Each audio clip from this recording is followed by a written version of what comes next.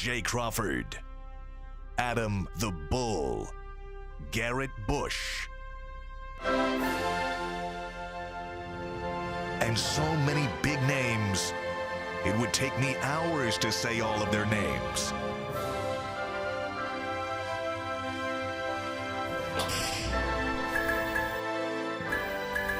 The ultimate Cleveland sports show. Booyah! Bulls already lost 9 pounds. My goal is 20 pounds in 1 week. That's a big goal, but if you do 800 calories a day, I think you can get there. 800 calories? Yeah. You drinking water? He's drinking 2 protein shakes. I'm on my 3rd glass of water. What kind of protein shakes? Did they tell you which kind to drink or any kind? No, just had to be less than 300 calories and at least 30 grams of protein. Go with the Muscle Milk Premixed Powder. They're delicious. Well, I had the first. I know we were going to save this, but I'll tell you real quick. I had the first one this morning. I had the what's the brand I told you, Mike, that I had real quick? Ensure? I had an Ensure Max. Oh, you're buying the premix. Yeah, and the first sip I took, I was like, this is not bad. But the halfway, I was like, oh, this is Well, so I think awful. they just have 1 gram of sugar, the Ensure Max. Yes. But they taste horrible. It was horrible. I'm telling you, muscle milk. But I made it through. And I did my shot today. We'll talk more about it later. He's right. You got to do the muscle milk and you can get them, or you can order them off Amazon, right? They come in a little thing, and they're like non-dairy. So they are awesome. Advise me later. We got to get to We got Bubba. breaking news this morning. Raven Trone is our special teams coach, but not just the special teams coach. Yeah. They pretty much, it seems like they had to give him a better title, or otherwise it would have been a lateral move, and they would have needed all of the Colts signing off on it. And instead, they just said, you're the assistant to the head coach? Yeah. Assistant head coach. Tom Pelissaro, I think, had it first today. Yeah. That it was confirmed. That it was No that's a done surprise deal. at all. We all expected Yeah. this. This was, I mean, listen, you never know, but this feels like a home run move by the Browns, and we haven't been able to say that very often, Jason. Yeah, I mean, on paper, they've had a great offseason so far. Like, everybody loves Jim Schwartz. Everybody loves We've won the Raven Trone, offseason before, right? though. Like, that's why I'm not going to get too high or too low on it. Yeah. But, yeah, I mean, you know, we said the other day, I think that they were waiting to see if they could get a better candidate than the one that they had. And Ventrone became available to them, and they jumped on it. Yeah, Mary Kay tweeting out that assistant head coach title was needed to clinch the deal. Colts wanted him too, so they had to make it more than a lateral move. So welcome back to Cleveland, Bubba. Talk to any of the guys that played with him during his era. Talk to any of the guys that are currently playing under him. He's beloved. He's well thought of. He's a guy that I wouldn't surprise me if he makes a jump down the road to defensive coordinator, and hell, who knows one day. His coaching tree really is Belichick, Mangini. That's the guy. I don't think he wants to take that, does he? I would. Well, but every Belichick coach has been crap as a head coach. So. Great point. Great point. Maybe he's the guy. But he's actually never coached under him. He just is, he obviously played under him. I don't think he was with the Patriots. No, I take that back. He was. He was. He did coach. Well, apparently the Browns have also hired a Buddha along with Bubba. What is that? What happened? What is that? Buddha Ventrone. Buddha. Their Come on. safeties coach is a Buddha. Oh, my gosh. Come on, man. Buddha. Who is that? Is that Anthony? No, we talked about the other day. His name's, I'll find it again, but he came No, from Utah look at State. the chyron on the screen right now. Oh, It that's says me. Buddha Ventrone. Bad job out of you. That was breaking Right, news as right. we started the show. So it's now Bubba. Excuses, Congratulations, excuses. Bubba. Yeah. Well done by the Browns. I know it is the offseason. You can't get too excited about this stuff. Well, but it's a good move. I think. Yeah, I mean, the guy had in Indianapolis, they were top 5 in special teams in 4 out of 5 years. I mean, that's pretty impressive. Yeah, It is. You have to like their coaching staff, the way that it's assembled. doubt. And I had concerns, and Zach Jackson and I talked about this on our podcast a couple times. Who could they really get? Everybody knows Kevin's on the hot seat. Are you willing to go somewhere where it may only be a year? And I think that they've done a really nice job with Jim Schwartz and with Bubba. And now Bubba being the assistant head coach, if something does happen with Kevin, you'd assume that that's who they slide over. See, I would assume Jim Schwartz would become the head coach. You know I would what have thought that until today. Yeah. you've read my notes. You have listened to G. Bush. You have done what I told you should have done weeks ago. I can't be salty now. Jim Schwartz is in there. Joe Woods is out of here. Prefer thought he was going to skate. He's not skating. We caught you. We found out that we could get somebody better. Now we got this. And it sets it up just like you mentioned. You got 6 games. You thought I was playing with you. You got 6. Now you can't rebuttal and give the greatest filibuster ever. Well, G. Bush, who are they going to put in on the sidelines if they decide to get rid of Stefanski within a year? We don't have any, but we got 16 dudes now. You put Callahan in there. He was a head coach, has head coach experience. Yeah. You got an assistant coach with Ventrone now, and you got Jim Schwartz, who has already been a coach multiple times in this league. Yeah. So there is no bases are covered. No excuses. Let's hope it doesn't come to that. I don't either. I hope it doesn't come to that. You have said they don't have a year; they have 6 games. 6 games. Does 2 and 4? You're out? Bye. 2 and 4 not going. 2 and 4 because here we back into the same thing. That's kind of Duke of knee-jerk. No, that is. I told you what you was going to do last year. He's been saying that forever. I know I've been saying that. But 2 and 4, Jay. Do you think if they start 2 and 4 that they're firing coaches? How you going? It depends on what the 2 and 4 looks like, right? I think it's a pretty good chance. Yeah. Wow. I agree. I think 2 and 4 he could lose his job. If there's another Jets-like loss in those 4, he gone.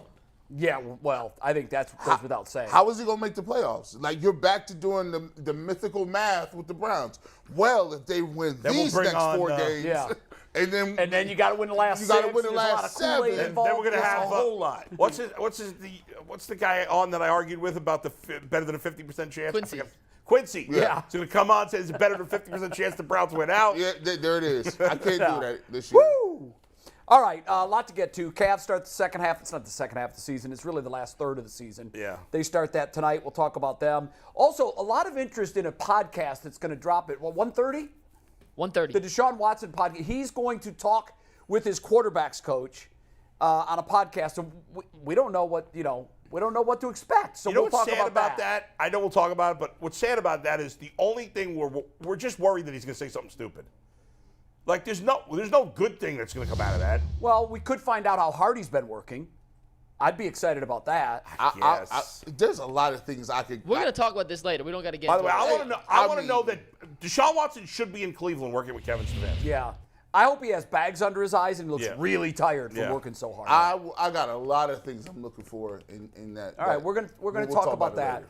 Also, this will be the oddest guest that we've had on the show for me, anyhow. My son, Corey Crawford, is going to be in. He'll sit where the middle chair is vacant now. The Big Ten Championships, indoor Big Ten Championships, kick off tomorrow, right? Tomorrow. So it'll be tomorrow, Saturday, and Sunday. If you're a track and field fan, it's worth going out to the Spire Institute because these are all world-class athletes. Many of them are Olympic caliber track athletes, and it's just incredible to watch some of the world's fastest, strongest athletes in the country. By the way, one of my first paid gigs ever was doing Division III PA announcing for the track and field. I don't know if it was conference. I don't remember what it was. It's so long ago. What did you make for that? Starbucks gift card? I probably made like $40. I don't know. It was at the University of Rochester. Right. And it was a long day. Yeah. It's like swim That was meets. a long day. Wrestling tournament. What year was that? 2001, maybe? 2000? It's come a long way, Bull. Yeah. Come a long way. Hey, you mind? 99, maybe? I don't, This is me and McNugget's first paid gig right here. No, I'm playing. It's definitely it. All right, so it feels like my first paid gig, I'll tell you that. Right. Busy show. You want to start with Cavs Fence Riders? I think we did enough on the Ventrone thing, right? Yeah. We did. We got to do Before Bulls bet. We have Bulls bet of the day. Won again yesterday. You won again? Dayton kicked ass. I didn't even look. He's 5-2. They won by like 20, right? Yeah, you're 5-2. Wow. Which means if you're betting with Bet Rivers, you're making money. Hey, Ohio, Bet Rivers Online Sportsbook is the place to be for every single game. Now is the perfect time to join Bet Rivers Sportsbook. When you use deposit code SPORTS, you'll receive a second chance bet up to $500. Get in on all the action with weekly specials on your favorite sports like basketball and hockey to win big-time money. Check out BetRivers.com or download the Bet Rivers app today for the latest lines, odds, and boosts. 5-2. 5-2. We're on fire. We're going NBA tonight. I wrote because I couldn't remember. I was like, I'm not going to remember. You get that. I'm waiting to get that Bet Rivers money. I'm about to do it today. I meant to do it yesterday. Cavs is back. Bet Rivers. I'm signing out. So here's the thing. We all know the Nuggets are very good. They're the number 1 seed in the West. However, like many other teams, they're mediocre on the road. Yeah. The Cavs stink on the road, but the Nuggets are mediocre on the road. They're 14-14 on the road. And the Cavs have not hosted Denver. This is the first time they're hosting Denver. but the Nuggets have lost to the other good teams in the East all of their road games. By other, you mean Boston, Milwaukee, New Jersey, Philly. Or New Jersey. Boston, Brooklyn? Milwaukee, Philly. Okay, they haven't played They're Brooklyn 0-3 against those teams. All right. Now, I know the Cavs aren't quite as good as them, but they're the next team on that list, and so I'm going with them. Another thing here tonight is Aaron Gordon is not playing. He's been out a while, and they're probably going to get Jamal Murray back, but he hasn't played in a couple of weeks, so Might have who some knows rust. what kind of shape he's in. They traded Bones Highland, so those are 3 of their top 5 scorers. Yeah. Now, they got their best player, but outside of Ricky Rubio, the Cavs are completely healthy. They're fresh, and they're at home. We know how good the Cavs are at home. They've been remarkable is this there. a bet that you let your heart sneak in there a little bit? I really thought about this. I was considering 3 different bets in this game, so I could have stayed away from my heart. Yeah. I was considering Jared Allen over 14.5 points. I was considering the over-under on the game itself, but in the end, this one, I just love the way the Cavs have played at home. And Denver's a little beat up right now. Okay. And they haven't played great on the. I'm riding with Bull, man. 5 and let's 2. go. You're making -3. money if you're betting with Bull. Yes, This we is my are. Let's favorite go. Bulls bet yet Why's that? because I totally agree with everything he just said. Good. I There do. we go. No Gordon makes a huge difference against Yeah. the team. It does. I With the definitely think Cavs that who makes a struggle difference. against bigger wings. Yeah. So, So, All right, very good. Speaking of now the Cavs, we want to go to Cavs Fence Riders, it right? is time for Cavs Fence All right. Riders. We have Yeah. 19 minutes to get through 6 questions, 3 minutes per question All right. with change. And we start with question number 1, Steve. The Cavs have 11 road games remaining this year. Will they win at least 6 of them? A very split panel here, but 3, excuse me.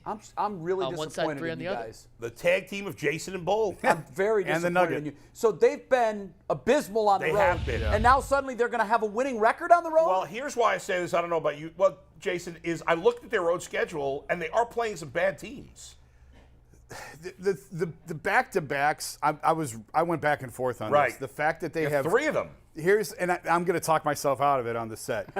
2 in Miami, 3 days in Miami. South Beach is undefeated. Yeah. 2 against the Nets. New York City is undefeated. Right there's 4 losses, probably 3 losses. So or that at least is the back ends. the You back better ends. win the first Yeah, games. 'cause you're dropping the the back back ends I of think those the Nets after a stink trip right to now. Prime and South Beach. Yeah. And who Isn't knows the third what one happens in Orlando? York. Is Orlando the third one? Orlando's in there, and I think Charlotte as well. They're not going to Legoland. But I mean, come on. No, Orlando's okay. I don't think the Nets stink at all. I think they're still Yeah? formidable. Nets are frisky. Yeah, they're formidable. Risky, huh? So I do think, like, JB said it yesterday, he's going to try and crank up the intensity. It's like, okay, guys, now it's time to go. Yeah. Like, we had some Man. lollygaggers throughout the first G. half. Bush, tell 'em why it's they're time wrong. to 6 go. and 5. I got them 6 and 5. Tell them why they're wrong. That sounds good, but I don't think JB is he shouldn't even say I'm going to try to crank up the intensity. He should have already had them coming back from break before we went on. Like, yeah, y'all go do your thing. When y'all come back, y'all better be locked in because Well, they were 7-1 coming into the break. yeah, that's great, but they looked terrible in the last game. And they looked horrible last year when they needed to win games and they started losing to Detroits, Injuries. started losing to Orlando's, Yeah. and then all of a sudden they said they was tired and they 12 years old. Yeah, but they're completely healthy right now. I know, so I They don't had a wanna- lot of injuries last year. I Yes. don't want to hear nothing about nobody tired. Y'all all good. No, it's a young team. It's a young team. At what point in time do you say, guys, if you want to live up to expectation, you got to win these games, and especially the back-to-back in Miami. That's the team you're jockeying Yeah. against. By the way, Garland and Allen, I don't know how much this matters. Maybe you know, Jason. Like, they were in the All-Star game last year, not this year. So maybe they got a little more rest. A little more rest, you would hope.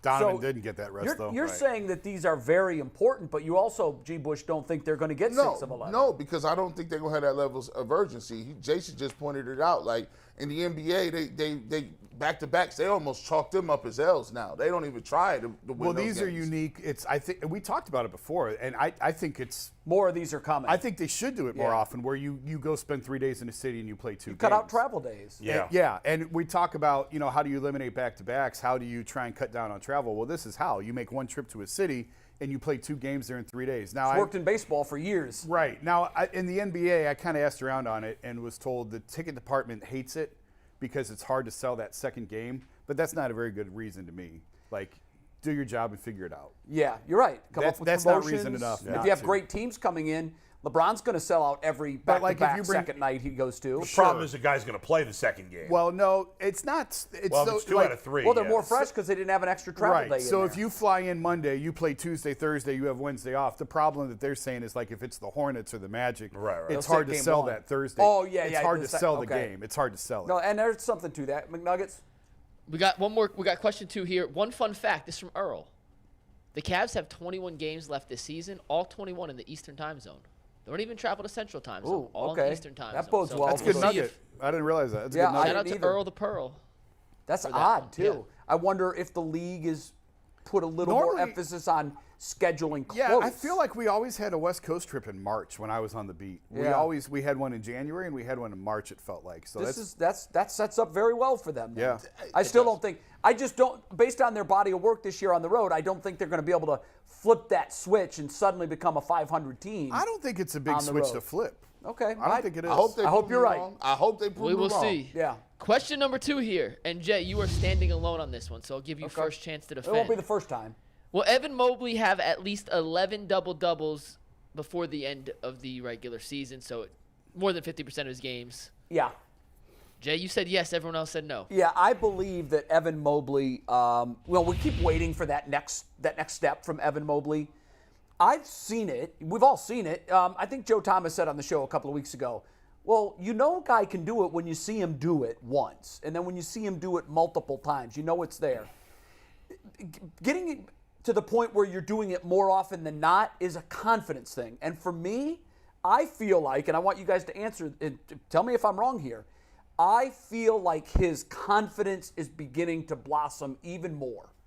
It doesn't always show up in the box score, but little things that he does within games, I feel like he's getting a little bit more comfortable in that role of taking on more.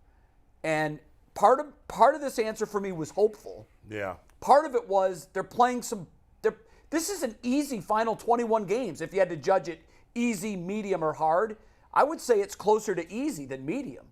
So I'm very hopeful that he will do that. The reason obviously he's capable. The reason I picked no ultimately is that Jared Allen is still the better rebounder. Yes. And so I think there's going to be a lot of games where Mobley scores more than he's been scoring. But doesn't get the rebound. But finishes with 8-9 rebounds. Yeah, that was my concern, too. Because Allen just gets so many rebounds. That's a high bar. 11 and 21. I wish the number would have been 8. 7 or 8, I might be right. I probably would have gone with it, too, at 7 or 8. 11 is really – and I think we have seen him sort of flourish, especially when Donovan had the groin. He had a couple games where he was really emerging. Yeah. And then Philly, he was awful. He was awful at that last game. And I think that's just still a young guy who's going to have performances like going that. against a man, too. Yeah, so 11 of 21 was just How many does he have on the year? I meant to look 17. Well, yeah, then that's a big stretch. It was one every 3 games. It's hard to set lines, by the way, because we make these up. Yeah. We talk about it upstairs. We talked 8, 9. We thought that was too low. You guys would all say yes.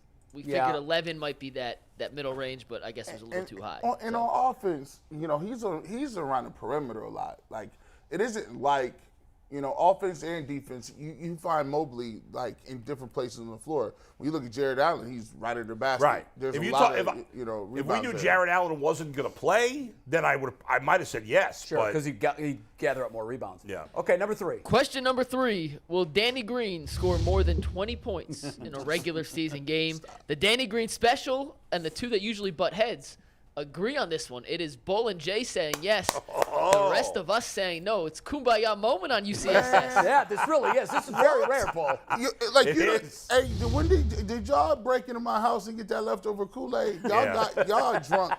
It's one game. I didn't take the over on the 6 wins on the road. Yeah, you're right. It's one game. Has Danny scored? I didn't even look it up. I saw this and said, He's going to have one night where he goes off. When's the last time Danny Green scored 20 points in a game? Who cares? Who knows? It's probably 4 years ago. Yeah, but he's going to play here. Yeah. There'll be a game, if nothing else. Maybe. There'll be a game late in the season where he plays a lot of minutes because the starters are not playing. Maybe they've locked into their spot. He plays a game and hits a bunch of threes. That's exactly what I thought was going to happen. He's going to play early. Yeah. But nobody knows if he's got anything left. Like, that's what they're figuring out. No, he could easily not even score 8 the rest of the way. If he doesn't have anything left, he's not playing. I just think, blind squirrel gets a nut. He's going to get 20. In a game, he's going to get 20. Are you guys ready for this? I can't wait. I can't wait. 3 years ago. His last 20-point game was actually in the postseason last year, Game 5 of the Eastern Conference semifinals. Okay. Look at that. His last 20-point regular season game, March 25th, 2021. That's great. Okay. It's even sooner than I thought it would be. It's not that long. I would have said 19 or 20. It's not even 2 years ago. He went 8 of 10 from played 3. all this Been years. hurt. Yeah, I mean, so I'm No, standing by it. he played a whole season and didn't score 20. I'm standing by it. He scored in the playoffs. That's even better. They don't need him to score 20. No, but what I'm assuming is going to happen is there will be a game in the final week of the season Possibly, that none of the or most of the starters don't play because they're locked into the 3 or the 4 or whatever it is, and they play a bunch of bench guys, and Danny Green gets 34 minutes. It might be the last game because I don't think anyone's getting locked in before the last game. Yeah, it's going to be late. If It's gonna anybody's be a lot locked of in. jockeying. Because Fan everything is so appreciation close. day. This is crazy. If I can't, if you threw the bet out there and you asked somebody, hey, do you think Deshaun Watson would throw for 4 touchdowns in the game or Danny Green going to score 20? I'd take 4 touchdowns. I would too. Easy. Yeah, I would too. Easy. I would take the 4 touchdowns. And we ain't seen 4 touchdowns. We ain't seen that in a while. So Danny Green. Well, he had 7 in 6 games. I mean, come on. They need Danny Green to do what they wanted Isaac Okoro to do, what he's shown in flashes. Stand in the corner. And shoot the make, damn 3. Make the 3 when it comes to you and defend your ass off. That's all they need out of Danny One Green. 6-3 game from him. And then I just need one other basket. We got it. You can't ask for that. It could happen. Bulls bet of the day. 6 threes from Danny I'm not Green. putting Now, I money think on it, from here on down, I've got no Kool-Aid in my blood. Okay. All right, here we go. This next one real quick. This is not a fence clutch. It's for just G and J. Jason. I keep calling him Jay now, but you're Jay. It's very confusing. I call him Jay. Just for you two. I answered a lot worse than Jay. Jason and G, more likely to happen this season. Danny Green scoring 20 or Bull and Jay agreeing on another topic? As the sole people to agree. We'll agree on another topic. See, that's silly. It was always funny to me when fans would call, pull it back to what that question was, and say, this is the first time I've agreed with you in forever, which is ridiculous because we agree probably on 3/4 of the things. We do. Yeah. But when we disagree, we get into some good arguments. When we disagree, we disagree. I meant you guys Which is disagreeing when the other people agree. You guys were the lone. That's unusual. Yeah, that's But unusual. Jay and I, when it comes to baseball, are often on the same page. Often on the same Yeah, page. they Especially on baseball. They scratch each other's back when it comes to baseball. Yeah. Like they get all in the weeds. They be trying to flex their little muscles. I don't even know if these guys are mechanics Hey, or Bull's whatever. gonna have nothing big little muscles on after me, this G. diet, so. You thought Jeff McNeil was an auto mechanic. Yeah, I did. I was like, I don't know who that is. But here's the thing. The only thing they really disagree on is like analytics. If you say the word analytics. that's our flashpoint. Yes. Yeah. Analytics. All right, well, it's a good thing analytics comes into the next question because they are not on the same side. They are on the same side, actually. Will Darius Garland finish the season in the top 5 of assists per game? He's currently 0.3 assists. He averages 8. Morant is in 5th at 8.3. He's in 7th right now. So will he enter that top 5? Me and Yuji, we're on the island here. We said yes. Everyone else went no. Yeah. That's a lot of. He's got to make up a lot of ground. 0.3 in 20 games is probably a lot of assists. Yeah, he's going to have like a 16 or 17 and assist it's night. a high number. It's not like trying to get from 4 to 4, you know what I mean, when he's already over 8. And Donovan Mitchell's presence and how ball dominant he is, I just don't see it. G, explain your reasoning. I'll tell you mine The next. reason is because the best way that they play is when he is getting people involved. I feel like the Cavs should work inside out. I feel like their offense should be inside out, and they should be getting the ball to the bigs early. And Darius Garland should be practicing or understanding, like, yo, I can get mine whenever. I can get mine second half. I can get mine off a pick and roll. I could just do this. Like, I don't have any set plays I need. I could just score. But I'm going to be conscious of passing to other people the ball. And if he does that, it'll raise his assist total. And I think that's the way the Cavs are the most dangerous. But if you watch the games that Garland and both Garland and Donovan Mitchell ball out and come out fire and have a lot of shots, the Cavs usually lose those games. Or struggle. They Like when one of them has 37 and one of them has 28, I'm nervous about the final score in those games. Yeah, because Mobley ends up with like 6 and 9 rebounds. Jared Allen might have 10, and then you can't really count on a bench like that.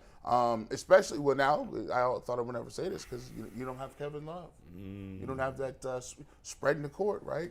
I hope that don't come back to him. Mike, did you figure out how many more assists he has to have than you said? John Morant's 5th, right? John Morant's 5th. He's 0.3 behind with 21 he's games 0.3 to play. behind. Yeah. So he's going to need he's going to probably have to average like 1 assist more per game the rest of the season, maybe. Easily. Right? Yeah. And Morant has gone. So here's my thinking.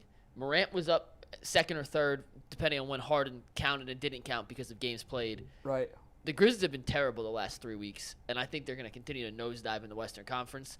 And the more they nosedive, the more his assist goes down because he feels like he has to score more. So I think it's more of Morant falls, and he's literally 0.1 behind whoever's in 6th. I forget who it is.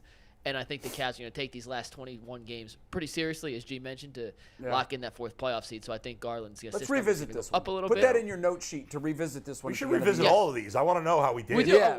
We have a running record. Don't worry. Okay, Oh, you good. do? We do. Yes. Never given those. I'm not very high on No one's Grizzlies. asked. I got to start paying more attention to this if we're keeping track. Yeah. Yeah, that's right. We will revisit this. Okay, question number 5. Jay, once again, you are a lone survivor on the island of will a Cav record a triple-double this season. So far, they have not.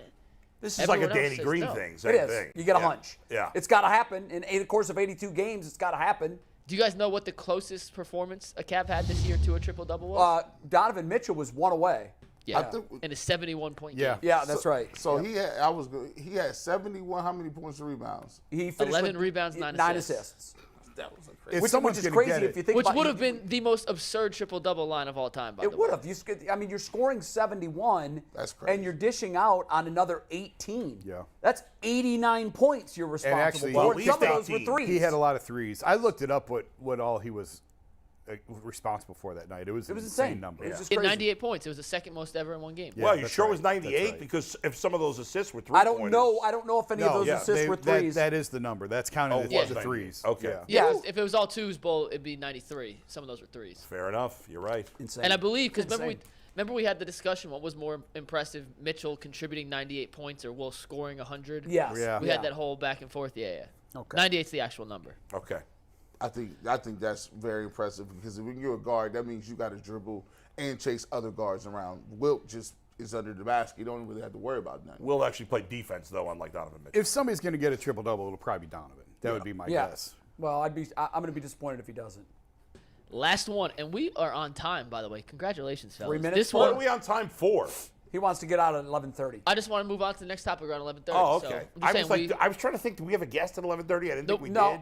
but Just one. the He's got a lot of stuff to do. AFC North defensive draft Is is big. going to be more discussion involved in that one than Sure. the offense. Absolutely. The offense All right. just fell into place. Yes, it did. Okay, last one. And we do have a Lonely Island person on this one. I won't tell you who yet, but the Cavs have 21 games left. The question is, will they win at least 13 of them?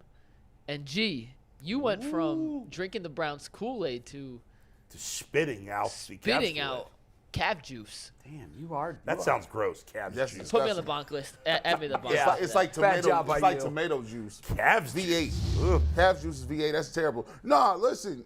I hope they prove me wrong. I want them to sew up at least the 4 seed, and I think they should be trying to push for the 3 seed. However, I got to see it. Listen. I am the Duke of Knee Jerk, but I promised myself, hey, listen, I am not going to do this again. And they need to keep putting together some games again. They need to start playing better down the stretch. They don't play that many great teams in the second half. It starts with the game right here against the Denver Nuggets. I'm going to see what type of, because they should be jacked up for that. You got an MVP candidate coming in. You got a team that's number 1 in the West. You came off the All-Star break where everybody is. You should be off and running with this. So I think they'll have a 500 record.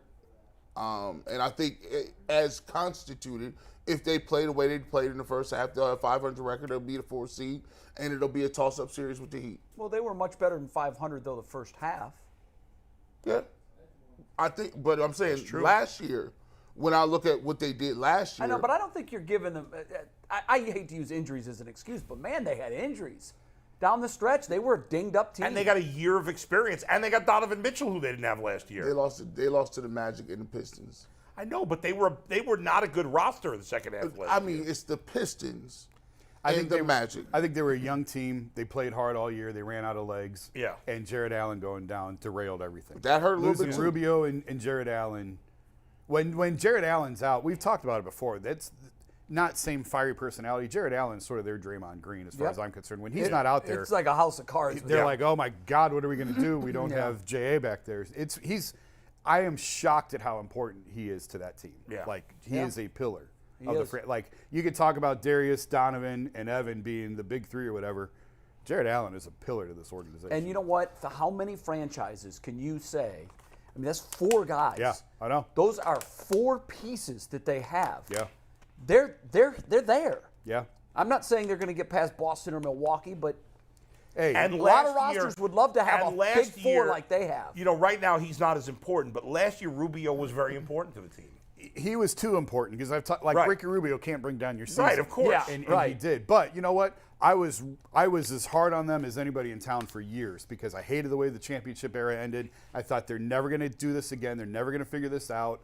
And they did it. And full kudos to Kobe Altman and his staff for turning this thing around way faster than I ever thought they could because they're the second youngest team in the league behind Oklahoma City. And look where they are in the standings and look at their trajectory. Like, they did it. And Kobe's in a great spot. I was talking about this the other day with someone. Kobe's in a great spot because he's got all Dan's money and none of Dan's interference. Yeah. Like he has the best of both worlds of any GM who's been in that chair before because it's like the Steinbrenner's budget without George's. Is Dan really that much Yes. out of it now? Yes. Not a surprise that the first time this organization under Dan has organically, in a way, had success. They have. Is without Dan meddling. They did it organically. Yeah. And Shout out- full credit to them for doing it that way. I always get when people shout out to Dan Gilbert's meddling. People give No. him he get a. What you mean no? You just said he's the only one in town who got a ring, and you know what he did? In spite of him. He spent. That's what he did. He He did spent. that checks. check. He wrote Wrote checks. checks. The mother And cats he wouldn't buried write his checks like pride that. with LeBron. And he went Yeah. down there like, listen, come on, come back and do this Yep. again. Do whatever you want. It was supposed to be just Dan and LeBron, and Dan gets down there, and it's all LeBron's guys.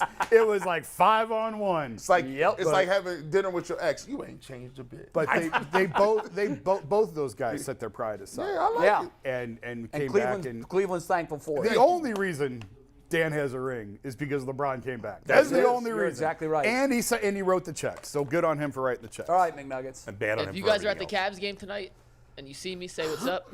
I'll be there. I'm not sure what section, but come say what's up. We'll See how have a beer. you slid that in? You getting good at that, bro. I'm trying. Also, we're about to do the AFC North defensive draft, and this segment's brought to you by BetJack. The time is now, Ohio sports fans. Sports betting is live. Download the BetJack app today so you'll be ready to get in on all the actions, lines, parlays, squares. BetJack has it. It is Ohio's official sports book. Shout out to G's glasses, too. Your I'm eyes are back. back. They're off Your that, eyes yo. are back off PTO. No more Yeah. scary eyes. Yeah. Ah, beautiful. All right, let's draft this AFC North defensive squad. There were probably 4 for me, maybe 5 that were really, really easy. But after that, it was hard. It got a lot more difficult than it was with the offense. The only thing hard for me was corner. I struggled big. That at was corner. the only one I really struggled with. Yep, I did too. I broke it down as Because is this just off last year? This is why I struggled with it. I didn't know what the parameter was. right. Well, I think you I can make it purposely up. left You that can put whatever you vague. want. I yes. kind of did. If you yeah. based it just on last year, Denzel wouldn't be on the team. Correct. Well, probably not. Right. But I put him on the team I did because too, I gotta even- have him on there. All right. What do we got? We are there, Mike? starting with the 4 edge rushers. And just to give people the reasoning why we decided to go 4 edge rushers, 2 D tackles, 2 linebackers, that is the model the All-Pro team is based off of. So Yeah. we went 4 edge rushers, which combines defensive ends, outside linebackers. And a lot of those guys are hybrid. Yeah, you know, exactly. So, By the way, I left out. I don't know about you guys, but I left out guys who are going to be free agents. Like I didn't. well, we did that with the offense. Right, Jermaine Pratt of the Bengals I and left him Jesse on- Bates of the Bengals Yep. probably would both be on the team. I but they- did put Bates on because I'm just assuming they're going to re-sign Bates, aren't they? I don't think so. Really? Yeah, they got to spend a lot of. They got to I re-sign know they've Higgins. got They got to spend on Joe Burrow. Yeah. I don't think they're going to re-sign Bates. They might franchise him again. I thought that's might, what they do because but they've got one more year at that. You right? could put him in, but I did. I thought there was a guy good enough to leave him out. But Okay. anyway, So who's So- our first edge rusher we're taking? Well, let's go with Myles Garrett. Right? I go Myles That's Garrett. what I had. Yeah. Easy money. My second one was T.J. Watt. T.J. Watt. Same. Easy Everybody money. agree? Bull, who you got as third? Third is Trey Hendrickson. of the I have him Bengals. too. Easy money. I had Alex Highsmith third and Hendrickson fourth. Really? I thought about Highsmith, but I put Hendrickson on there too. See- So you had We all have Hendrickson. I didn't. After 1 and 2, I didn't really Okay. necessarily rank Yeah. them. See, I had Hendrickson 3, and I put Hubbard 4. I've got Hubbard. We have the same because four. Hubbard is the best outside rusher that's also a good run stopper. Yeah. He's the best run stopper of all these guys. And you need someone like that. Yeah. I thought it was between Hubbard and Highsmith for the last spot. And obviously Highsmith had a bunch of sacks last year. With Wyatt. All right, so Garrett, Wyatt, and Hendrickson are unanimous. Yes. So now we're deciding between Hubbard and Highsmith. I took Hubbard. You took Hubbard too? Yeah. 3-1. All right. 3-1. That's easy. That's almost unanimous. Okay. That was my 4. So just to move on here, let's take tag word full. We'll get a visual to confirm. But Myles Garrett, T.J. Watt, Trey Hendrickson, and Sam Hubbard are our 4 edge rushers. We took Hubbard over Alex Highsmith of the Steelers, which gives us our front 4 edge rushers. Yeah, and Highsmith obviously had a lot more sacks than Hubbard. But I'm like, I'm going to get plenty of sacks from Garrett, Watt, and Hendrickson. Hubbard's fine in the pass game, but he's the best in the run game. That's why I chose him. Yeah. But whatever. So moving on to defensive tackles and inside linebackers here. The first defensive tackle. I've got Cam Hayward. To me, it's easy that it's Cam Hayward and DJ Reader. Yeah, that's the only two I could. Those are the only two that jumped into my mind right away. They're they're both top 10 defensive tackles. Are we agreeing that it's that's who I had. Okay, so far we're 6 for 6. Can I throw one name out there just for consideration? Sure. And I wasn't sure if he fit into the Taven Bryan? You throwing Taven Bryan in there? Stop. But Calais Campbell of the Ravens, who's he's older. Yeah, he's still a a high lot quality older. player. Yeah, but he's good, but not as He's good not as as good as Hayward. Hayward's older too, but he's not as good as Reader and Hayward. No. I didn't think. Yeah, no. Those guys are – he's good. Those guys are elite. A couple years ago, he would have. Yeah, right, sure. Okay. A couple years ago. So this is pretty – we're just zipping right through this defensive, all defensive AFC North team. Yep. This is where it's going to get interesting. Inside linebacker, Logan Wilson. Everybody have Logan Wilson? Yes. Yep. Yeah. So everybody's a yes on Logan Wilson. The second one might be interesting. It is. I had Roquan Smith as my other guy. Yep, I did too. But I thought funny about that. I'm like, God, I don't even really look at him as a Raven, but he's a Raven. Yeah. He's a Raven. But see, Logan Wilson. But you know what's so crazy is I thought about it tough with Jermaine Pratt. Jermaine Pratt actually had a great year, but he's a free agent, so that's why I left him out. So yeah, I see it. But he was really good 2 years. I got Roquan Smith. I thought that was a big one with Logan Wilson. Yep, him and Logan Wilson. So we're unanimous, guys. Yeah. We've got 8 guys on the team. Let me ask Bo a question real quick. Yeah. When we did our draft of the 16 best players in the AFC Jermaine North Pratt. I just left Pratt off because he's a free agent. So would he have been your choice over Wilson had you included free which one do you like better? I think Logan Wilson over his Bengal career has been better than Jermaine Pratt. Right. But this year I thought Pratt was Pratt's game went way up this year. Yeah. Perfect timing for him because he's a free agent. Prove it year. He was a monster. Yeah. But they're both really good. Right. They were really good. Now, is Smith? Did he have more time on his deal when the Ravens traded for him? How much time does he? No, Roquan was going to be a free agent. So he's just they locked him up though. Well, they signed him to a long-term deal. Yeah, they did. You're right. Right after they signed him. Yeah. He may be before they I traded didn't for even him. know. You know Pratt's coverage grade is an 87. He was phenomenal this year. He was great. PFF. He has the best PFF grade of any of the linebackers. Yeah, like I'm like, this is ridiculous. Hey, listen, can we get him? Is he tired, or why would the Bengals not bring him back? A lot of people have talked about the Browns getting Jesse Bates. I think Jermaine Pratt. Jesse Bates is a good player. Well, I think the Browns need Jermaine Pratt way more than they need Jesse Bates. Pratt's going to command big money. Yeah, he's going to get paid. Big perfect timing. Okay, so now we're just on to. We've got 5 spots left. And I can tell you, the 3 corners. This is going to be tough. This one got tough. Safeties. I asked Bo last night and Jason just to send me their list so I could see where they may differentiate to make some graphics. Right. The edges were essentially unanimous. Linebackers the same.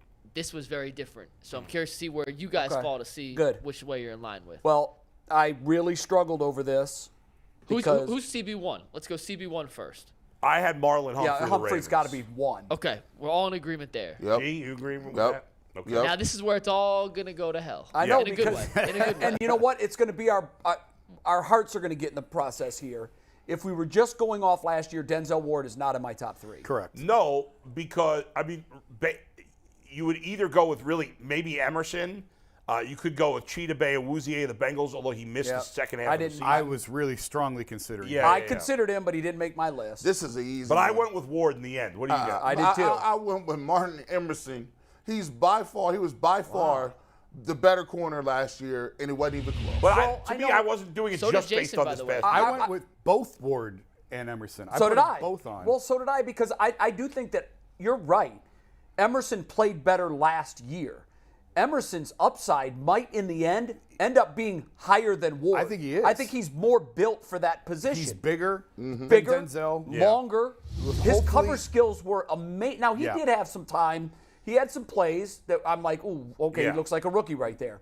But for the most part, he outplayed Ward. I just couldn't leave Ward off. Right. Because he's Denzel Ward and he's done so much. But here's the thing. When it comes to the third corner, I picked Mike Hilton because, to me, the third corner's got to be a slot corner. Well, I And thought Mike about Hilton's that the too. best We don't slot have a corner. slot corner, but here's the thing. If Yeah. you take the 3 best corners, you're better than if you take 2 outside corners and a slot corner. I don't agree with that in this Why? case because I think Mike Hilton is would be a much better slot corner than either Emerson or Denzel Ward. You I don't agree even with think. that, No, Jay? I disagree. I do too. If you put Denzel Ward in the slot, he's going You to be can just put fine. any of these top tier corners in the slot, and they're going to be great. Not Emerson. Yeah, but Mike. No, I don't want Emerson in the slot. I Yeah, want but Mike Emerson on the Hilton outside. it's not like Mike Hilton's a slappy. He's a really good He's player. not a slappy, but I just in my All right, I got outvoted. That's pecking fine. order. Let's go. So we got. Okay, so for I'm CB2, are we going Humphrey- with Denzel Ward for CB2? Are we going Martin Emerson? I would it put could Emerson. be Emerson. I I'd would be put Emerson. fine with Emerson. So Martin Emerson, Anthony, we can officially put as CB2. Now CB3. Now, by the way, last year, if I'm wrong, I could be wrong on this. Wasn't Greg Newsome looked at as a top 2 corner in the North last year? Greg Newsome got a better grade than Denzel Ward. Denzel's PFF grade was bad. Horrible. This year. Yeah. His coverage rating was a 60. Yeah. I saw a lot of metrics with our stuff at True Media. It's the data that we use at The Athletic. That Newsome had a much better year analytically than what we Than all we've all- said, yes. than what the whole media said, the Right. entire media. But the only reason I bring that up is I know he doesn't want to play the slot, but we've got in the top 3 Emerson and the guy that got paid in Ward, and now you throw Newsome in there with a defensive coordinator that knows what to do with all this talent. Guys, Yeah. I know, dare I say this, that's the way you want to be built in the AFC right now. Sure. You want 3 Right. Pro Bowl caliber corners, and I think if if Ward can return to what he used to be before he got the big contract, Well, I think we got the best And Emerson's triumphant got to of prove corners. it again for a second year. Yeah, he He's does. got to prove it again. I would be tempted to pull a move that the Steelers and the Ravens pulled a while ago. Back in the day, Rod Woodson was a corner. Then he was a safety. Yeah, right. Move one of them to If Martin safety. Emerson can play free safety, he's big. He can tackle people. He's physical. He And got then you good could put ball. Newsome skills. back. He's the only one you could do that. Right, with, and then you could put Newsome back I on could the put outside. Newsome right on the outside. Move I don't Grant know. Delpit to strong safety. Emerson was so good on the I outside. know. I wouldn't want to It's move an him. who we interesting going thought, with? though. It is an interesting thought. Who are we going with the third corner? Are you guys picking Ward? Yeah. Because I would take Hilton, but I took Sutton. Oh, when you had Ward too, right? I had Ward, Emerson. all right. So and Ward. So Ward gets So 2 Ward votes wins for by a 2-1 vote. So Denzel Ward, which is crazy because we kept killing the Browns' pass defense all year, and now they have 2 of the 3 all AFC North cornerbacks. But I know. I mean, it is that's what it is. I think we've made a critical error here, but I'm outvoted. I would lean with Bull on this I think one. you got to have a slot corner for the slot. Bull, I'm with you. I actually would side with Here's Mike what I Hilton look as at my it. vote. I look at it if you could. Let's look at it as baseball. If I could put a shortstop at third base and a shortstop at second base too, I'm going to do it. That's what the Guardians are trying to do, by the way. That's fire. What's that? That's what the Guardians are trying to do. Well, I know they They've are. got about 16 But shortstop listen, They're also putting a prospects. shortstop at first and center field, and sometimes right field. depending There's on a the game. philosophy behind I it. think if you asked most defensive coordinators, would you rather have Denzel Ward, Martin Emerson, or Mike Hilton as your slot corner, I think most would take Mike Hilton. That's just my thought. I don't know. Yeah. I disagree. I would like to know. Yeah. I would like to ask some D coordinators Yeah. about that, but to me, it's like the shortstop argument. And I'm just talking defense now. I'm not obviously talking about at the plate. But if you could give me 3 shortstops between second, short, and third, you're not getting hits. I'm taking You're 3 stealing a shortstops. lot of hits. And I just feel like if you take an outside corner who's a really good cover skill corner and you throw him in the slot, I just think you're stronger for it. The guys that typically get put into slot, it's like the defensive backs. Why are they playing defensive backs? Because they can't catch the ball. Yeah. I mean, or they're too small. Or they're too small, but you can look at around the NFL. There are small wide receivers that make But jack. Hilton also does some things and can be a factor in the running game and do some other things. Well, you watch him a lot closer than Ward I do. and Emerson don't do. But doesn't matter. That's Okay. fine. Let's go with Ward. All right, safety 1. That's got to be Minka Fitzpatrick. Yep. It's the only one that I could slam dunk put on the team. Yep. The other one was Jesse I Bates. didn't even wait for but you I guys guess to vote to put him in there. He's number one. Yeah, no, he's I think we have obviously 4 number one. different options for safety Oh. too, by the way. Yeah, Well, and mine I think you should throw off because he is a free agent. But I just love it Jesse would be Bates. If Bates was not a free agent, I'm taking. Well, I'll take him off there. I'm then. taking Kyle Hamilton. I put Kyle Hamilton Hamilton's for probably both. I gonna put be- Marcus Williams, but I'm not. Give me Kyle Hamilton. They're pretty interchangeable. I mean, they're very good players. Yeah. All right, so let's go with Hamilton. He got 2 votes. He got 2 votes. Okay, so Hamilton it is. So our all defensive AFC North team is now set. Yep. And Anthony, it's Kyle Hamilton. Normal spell. Yep. So now let's count and see how. I got the count because I think it's exactly what I had, except for you're replacing The slot corner. Emerson instead of Hilton. I Yeah, think. so Can the we see the whole Browns- thing again? So I'm going to pull up Bull's text.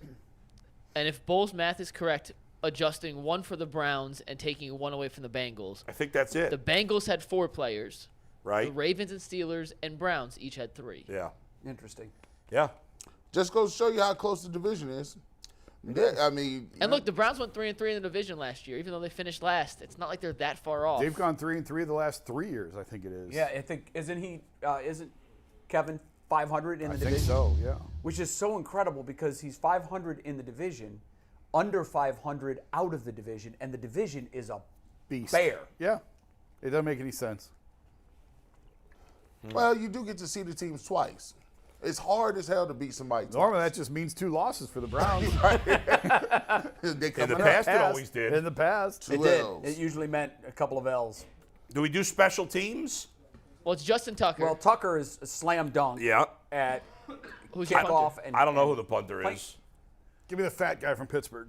Yeah, he was pretty good this year, wasn't he? I forgot his name. I can't even think. We all know Is who he you're the talking Ravens about. punter good too? I don't even know. The Bengals punter is not. Who's your returner? average. That's more the fun. You know what? Our punter wasn't bad. Bjorkes is pretty good. See who had the highest yards per? Yeah, give me 1 sec. Yeah, I think it's net. Well, the problem with yards per I know. is, You know, You also have to look at inside the 20. Right. The Browns guy outkicked his coverage a few times. Quite a few times. Yeah, he did. Yeah. He had too much of a leg. Yeah, you're right. And those usually turn into bigger returns. Yeah.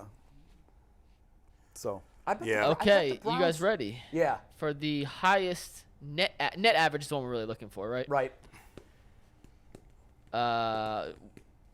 Bjorkes actually I thought highest so. in the division, 48.5 yards. Yeah, he's got a nice leg. And Ryan Stonehouse of the Titans had a career year. He averaged 53.1 net yards per punt. Yeah, I saw him in a couple games. He had absurd. one that was like 80 yard. He had an 80-yard punt. 77 yards. 77 Yeah, yard punt. absurd.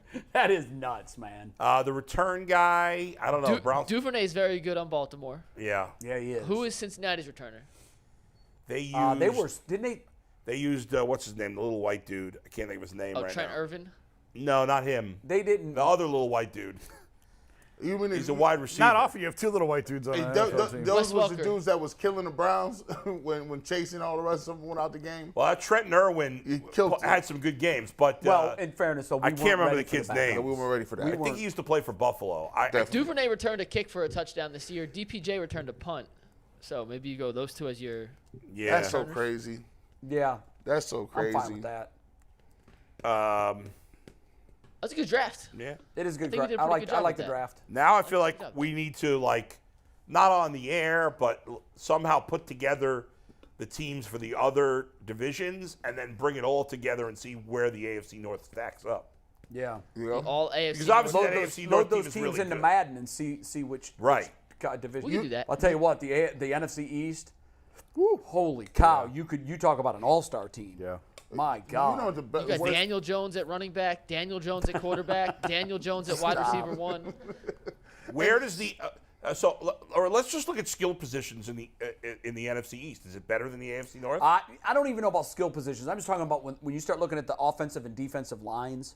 The Eagles alone are. I mean, they had 70 sacks. But you're not finding a better edge rushing duo than T.J. Watt and Myles Garrett. No, you're gonna be hard. You're gonna be hard pressed to do that. I mean, the AFC North defensive line was pretty good. Hold on. What you talk about? The AFC North defense is crazy, low key. They got real good safeties. They got good corners. They got the 2 best pass rushers in the league, and probably one of the best defensive tackles that stopped the running reader. Yeah, they kind of tough. And I just want real quick NFC East. You're going to throw Micah Parsons in there though on defense. True. Yeah. You're going to have a lot of good rushers inside and outside. The Giants have Leonard Philly. Williams on the defensive line. Dexter Lawrence. There's a lot Dexter of talent. Lawrence, I mean, sorry. Each conference or each division. Yeah. You look How at a about team this? and say, yeah, that's I got a an Super idea. Bowl winning Bull, team. one day next week, stay after the show. We'll put together our all division teams, and then we'll present it to you guys. Yeah. In a round robin 8-team tournament style to determine which division team will win. Yep. How's that Who sound? would be I guess Jalen Hurts would be the NFC East quarterback. Yeah. Jalen Hurts would be your quarterback. Saquon. Jones is your Saquon's running going to be a back. free agent. So I don't understand. If Daniel Jones, if they give Daniel Jones this bag, They're not going to pay him. They're not paying him that much. G. What- Don't, that's the don't even put it in problem. the air. Don't even put that in the That's air. crazy. the problem in the It'll problem be a kiss of death if they the do. major problem for the NFL in terms of quarterbacks is those mid-tier quarterbacks like Daniel Jones. It's like every quarter you either don't pay him or you pay him. There's almost no in between. And the problem with that is, Bull, you're right. The problem with that is, and the Browns were there with Baker. We saw it. We need to see more of it. But if you franchise this guy, You're out of time. When you need to see more of it, you're out of time. You're out of time. Right. And now what are you doing? You're forced, gun to head, to make this decision that's going to cost you $45 million a year. And the interesting thing about Daniel Jones is he did get a little better every year, and he had his best year this year. He's not a guy you'd ever want to pay $40 million to. God, no. But are the Giants getting a better quarterback than him? And that's the problem with So all it's a these tough teams. spot. There's 20 teams that live in quarterback purgatory. I firmly believe that. There's 10 that we've got it figured out. The Bengals have it figured out, Right. The Ravens are currently in quarterback purgatory. 2 years ago, they kind of are. They are. They are because They he have a wants decision to guaranteed make. money. Yes. And he's been injured. Hey, I saw yesterday, I can't remember who it was. I saw it on Twitter. They were placing odds for free agent deals. Yeah. And they had at number 1, Lamar, getting a $305 million 5 or 6 year deal. And I guess that'd be a big difference because if it was 5, it'd be $60 million a year. It must have been a 6-year deal. Yeah. And I was surprised to see that. Yeah. Like by the Ravens or by him being traded and then signing? No. I saw it that was, same thing, Jay. It was for the Commanders. It was to the Commanders? Yeah. Oh, wow. That projected free agency deal. Well, Eric Bieniemy's status would go up in a hurry. Oh, wow. We like that. Well, I heard a conspiracy I like that. theory thrown out there, and this is definitely just fans reaching for stuff, but someone said It was Bieniemy NFL Rumors. It was the NFL Rumors site. That's right. Exactly, yeah. And it was Bieniemy went to Washington knowing that they through were the gonna back get- channels Lamar is going to be his quarterback, because why would he leave Patrick Mahomes for Sam Howell? But then you got Lamar Jackson in the mix, and then Bieniemy's job goes for Yeah, but there's no way they can know for sure that Washington's going to get. See, That can't. No, that's what I said. It's a conspiracy fan theory. Have you Well, noticed Baltimore this? could stop that from happening if they wanted to. There are a few teams that's getting fool's gold, right? Like, there are teams that have been lucky enough to go from one quarterback who's good to another good quarterback. So they had Flacco, right? They got rid of him. He won them a Super Bowl, right? They lucked up and got Lamar Jackson, right? So teams that do that, they start to feel like, oh, well, this finding quarterback stuff is easy. We don't really necessarily need to pay him because we can go get another one. And then it hits them in the face when you're looking around and it's like, oh, well, maybe it is a little harder. Because I'm telling you, trust me, Cleveland ain't the only place that's been looking for a quarterback for 30 years. Detroit been on that plane. Miami been a lot of teams. And if they get rid of a dude that already is a known commodity, and you've already spent all this time, you structured your roster. If they get rid of him, Bro, they're out of here. imagine if they did lose him to Washington. Like that would be like Cleveland losing their guy to Pittsburgh. I mean, I know they're not in the same division, but yeah, I know what you mean. they're hated Right around the cousins. corner. If They're Baltimore- 45 minutes up the road, Yeah. and they would have to watch this guy then go to Washington and have success. He's going. Baltimore's even in a worse spot than the Giants because, Yes. like, the Giants are like, all right, Daniel Jones is a decent quarterback, but Lamar Jackson, when he's healthy, is like otherworld. Like the whole team is built around him. Yeah. What? Look at their record without him. But I haven't suck. seen that Lamar Jackson in 2 seasons. Well, The first few games you saw it. I did, for a You've flash. seen it in spots the last 2 years. Yeah, but it I hasn't can't- been consistent. If I'm giving up $300 million, I can't see it Jay. in spots. Agreed. But like, there's always this thought in your head: if I let him go I and know. he stays healthy, I know. like he could be an MVP candidate. But again. is he going to stay healthy? I have. I don't That's have what a you're ton of betting faith. on. Ultimately, I think But that's what do you the do? bet. If you're Baltimore and you do move on from Lamar Jackson, you have to start over. Yeah, You have no Essentially- team. all the way Essentially, over. you're starting You over. suck. Yeah, They're and garbage Not without only him. are you starting over at that position, but your entire team is built Around him. for an athlete at that position. You have no wide receivers. But None. There are only a handful of teams that I would think could figure it out. They're one of the teams. They are so Yeah. well run and so smart in the They front really office. Yeah, but Hey, Ozzy's not they'll running figure it it out. anymore. Hey, they gonna have to figure. Hey, listen, I want you gonna have to prove it to me. Listen, you know how hard it is winning out a quarterback. What you think the Dolphins going through? They're like, I got Tua and these receivers. He looked good, but he keep getting concussions. Are we going to pay him? I don't even think there's 10 teams that are like 100% happy with their quarterback No, situation. you know what? It might be 8. Yeah. And everybody else is sort of in that quarterback purgatory where you just don't know what the hell, and that's the position you have to figure out before you can be a perennial contender. That's why when you start thinking about the powers moving forward, the teams that are at the top of the list are the ones that have the quarterbacks with no question. You got Kansas City, you got Cincinnati, you got Buffalo. Those in the AFC. It feels like the Chargers should be there too with Herbert because he's that kind of player, but I think their coach is holding them back. Well, I really do. Well, that brings up a guy that is going to be talking pretty soon here in I guess, in the Deshaun day. Watson? Hour and a half. Deshaun Watson getting into it, talking about what he wants to do this year. That's going to be a good one, and I'm ready to watch this. What do you one. want to hear? Well, what do you by the want way, to hear him Quincy say? Avery is his quarterback coach. Yeah.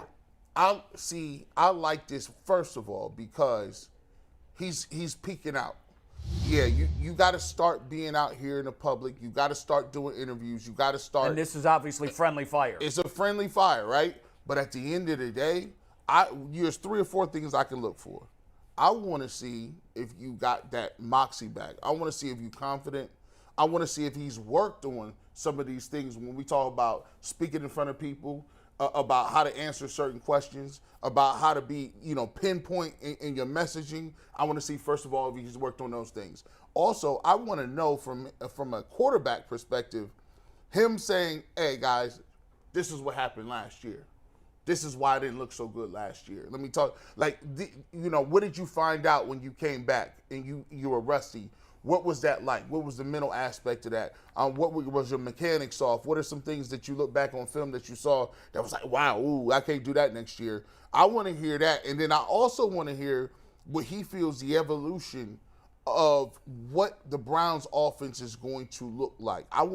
He ain't got to tell us what routes they're going to run, but I want to see what he feels the evolution of this offense is when he is right, when he has, put that work in and he's back to where he wants to go. I think there's a lot of things that I can see. I want to see body language.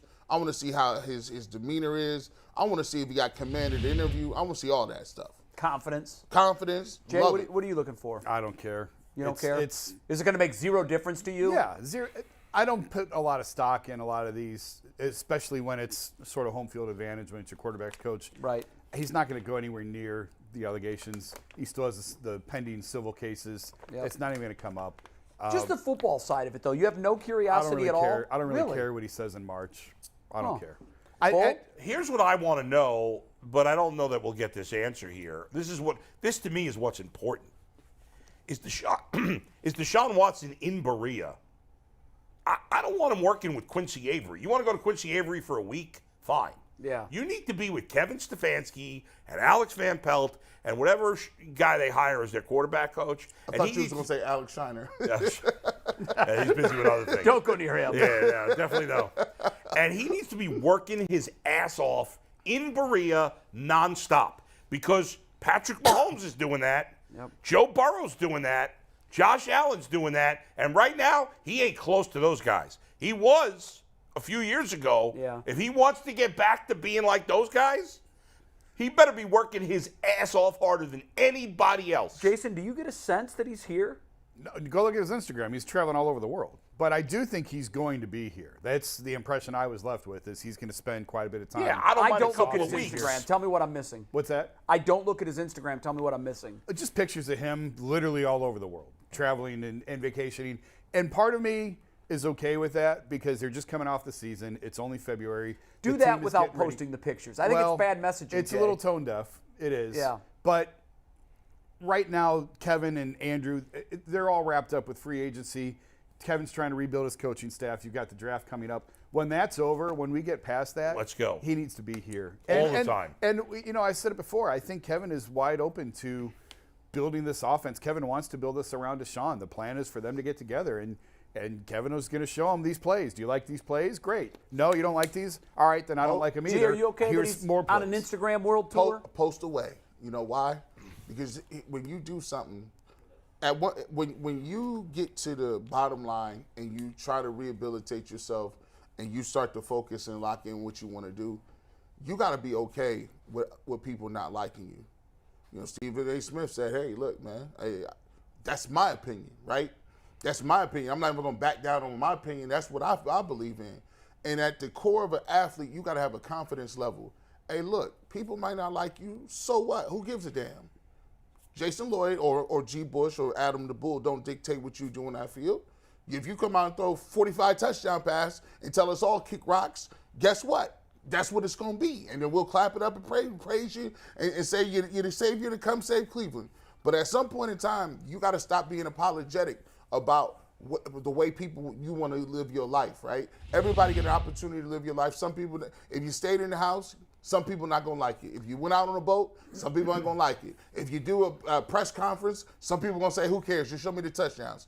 Live your life, but you got to understand something. And this is why I actually like pressure, because pressure shows you who you're going to be. Because when Deshaun Watson comes out there, he's going to have that same level of pressure as Stefanski. And either y'all going to melt, y'all going to fall back, or it's going to turn you into what you're going to be. And people hate on Ben Roethlisberger. They call him, all kind of names after his allegations. But guess what he did? He came back and he busted the Browns' ass for weeks and years. He got the second most wins in that stadium. That's right. He said, listen, you don't boo away. You can't boo a touchdown away. Nobody cares if you win. That's true. That's the only reason that I would disagree slightly with what you said, I don't think he should be too concerned about people loving him or hating him. But it's what we saw. Our last impression of him was a quarterback that has a lot of work to do. Yeah. And I know that when a quarterback shoots 4 commercials in the offseason, that's 4 days. It took him 4 days to do that, okay? But one of the things that Baker did wrong, I think, was biting off too many of those commercials at once. No doubt. Why? Because when he started throwing picks, it was too easy and we've all either said it or heard someone say it, if you weren't off shooting all those damn Progressive commercials and you would have been working on football, well, he did work on football for 95% of his time maybe. But he gave everybody a reason to throw stones at him when he wasn't performing well. And I think with Deshaun Watson's Instagram World Tour, listen, I'm all for him doing that. You don't have to share your life with everybody. Nobody's looking at Deshaun Watson's feed saying, come on, give me that picture of Cabo. Let's go. Some people love that stuff. Ultimately, you're giving your detractors ammunition. I agree. I'm with G. I don't care that he's doing that. But I need to know that when his little vacation is over and everybody needs a little time off, he has got – Baker Mayfield was never the hardest working guy on the team. No, he was not. Never. And he needed to be. He should have been. I think the quarterback always should be. Always. Agree? Absolutely. He better be the first one in and the last one out every day. And Deshaun Watson's got more work to do than the average quarterback. Because he's got to get back to the player he was. And some of that's that moxie, that cockiness, that attitude, whatever it is. And maybe going on this vacation is going to help him get it. Okay, fine. But when he comes back, he has got to be busting his ass every day in Berea. Every day. Every time we talk about the quarterback and how much work they have to go in, go back and read the Peter King piece with Carson Palmer about the amount of work that at the end of his career, when Carson already knew so much, and how much film study he had to do and how much preparation that goes into playing that position. That was the most it's the first place my mind goes when Tom we talk Brady about. did the same thing. Oh, yeah. I mean, I'm just saying, like, Peter laid it out. Peter King wrote an article and just laid it out with Carson Palmer. Go find it. and read about all the preparation that goes into playing the quarterback position. The best players are not resting on their laurels. They're working even harder. And we discussed this earlier in the season when Kyler Murray got his big extension. There was a clause that somebody found in the contract that said he had to put in so many hours of film study a week. And it was immediately a red flag to everybody because if I'm told that those that were already in the building knew that he wasn't putting in the work. Yeah. Well, then he has no chance. No, and that's Right. what I was going to say. So what happened to Kyler Murray this year? Well, his head coach got fired. Yep. And now they're in quarterback purgatory, whether they like it or not, because they're on the hook for that money. And they're going to pay that money. That's even worse. But it is worse. It's worse to be the Cardinals than it was the Browns with Baker. You're right, because you thought you had it figured out. At least the Browns avoided the nightmare of Kyler Murray. Yeah. They could have signed Baker. They made Baker, allegedly, a very sound offer that Baker wishes more than anything in the world right now he had on the table in front of him right now. I'm not sure that's accurate. I know there's been there's been differing opinions on it. By the way, if Watson it sucks might not have been on paper, but there was an understanding that we can go here. if Watson sucks this year, then the Browns are in the same spot as They are in the same They spot are. as the Arizona. Cardinals. Right. They are. Now, And Worst spot, Denver, frankly. and Denver. So these are teams Yeah. that thought they had the quarterback spot figured out. Denver's in the worst spot in the league. They are in the if worst Russell spot in the doesn't league. Come back. You're right. I think the Browns. I think Deshaun Watson is gonna have a good year. I do too. But they're gonna have. They still. I keep saying it. Please don't do it. Don't go into this offseason and all you got is rookies and you added up a rookie or two or some, you got to get another receiver. Stop it. I need y'all to understand that. So when you come back, Stefanski, I get it. You get an opportunity to go out and do your thing. Andrew Berry, hey, have a nice vacation, hang out with the peoples, go to Disneyland. When we come back, you better not listen. You better give me a receiver. But I don't want no washed up Robert Woods either. That ain't. I mean, Woods. Okay. Yeah. That ain't nothing. I'll take DeAndre Hopkins. Yes, I would. Now, you know What about what? Taylor Lewan? Yeah, we're going there in 1 second, but before we do, let me wrap this up. But you said something earlier. Hey, so far, they're winning the offseason. They are.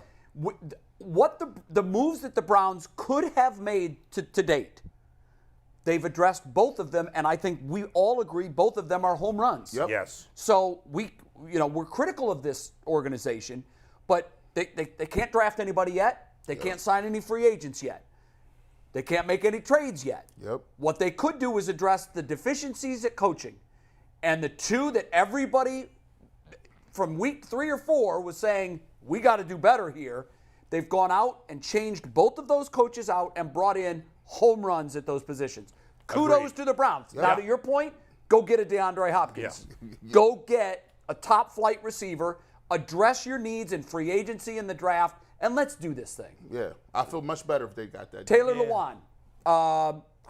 Is anybody even remote? Because yesterday, this is the way Browns fans are. We're so thirsty Oh, God. that when Every we hear player. a top name player is being cut, we're like, sign him. No. I'm so thirsty. No. Give me Taylor Lewan. The Browns are not. I don't want him. He does The Browns nothing are for me. spending no money on the offensive line.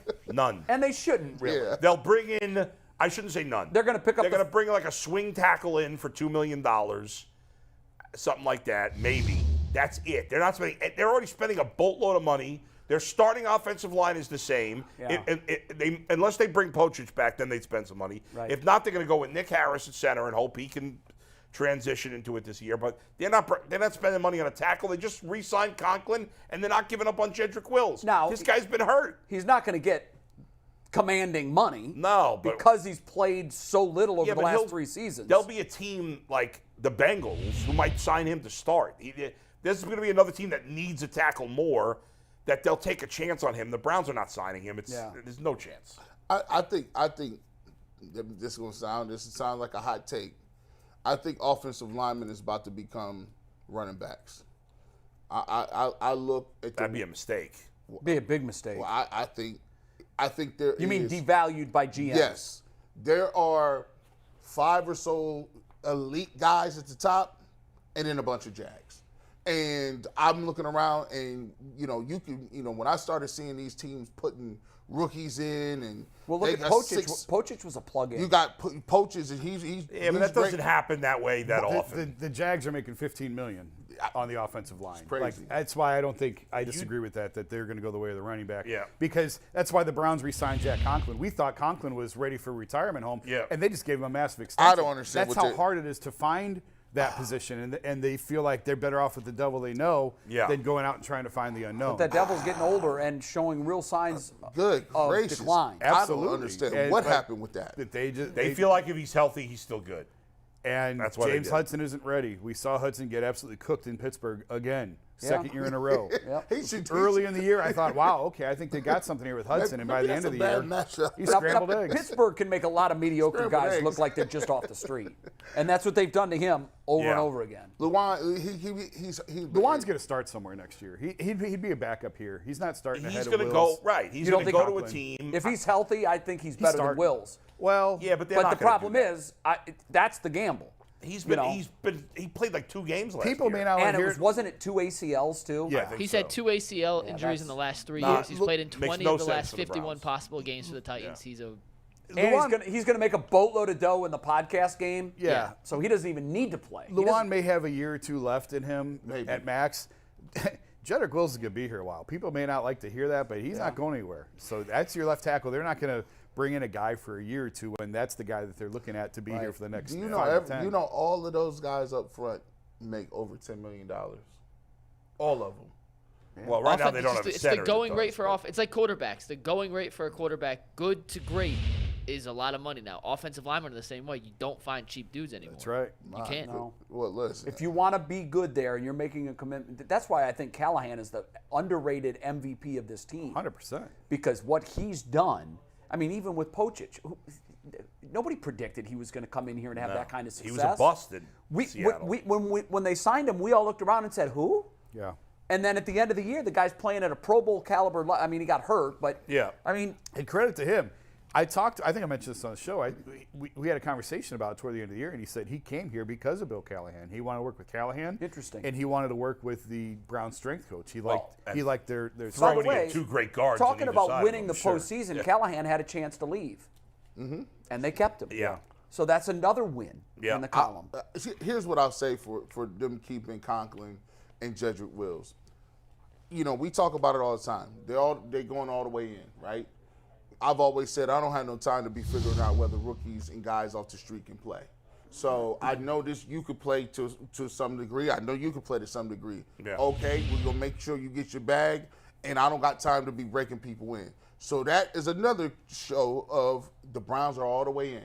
Yeah, they feel like Willis is good enough. Now here, you got to add to it. I don't have no problem if you're going to spend the money. But don't get cheap on me when these free agents come around, or if you're thinking about a trade that might not be good in 3 years.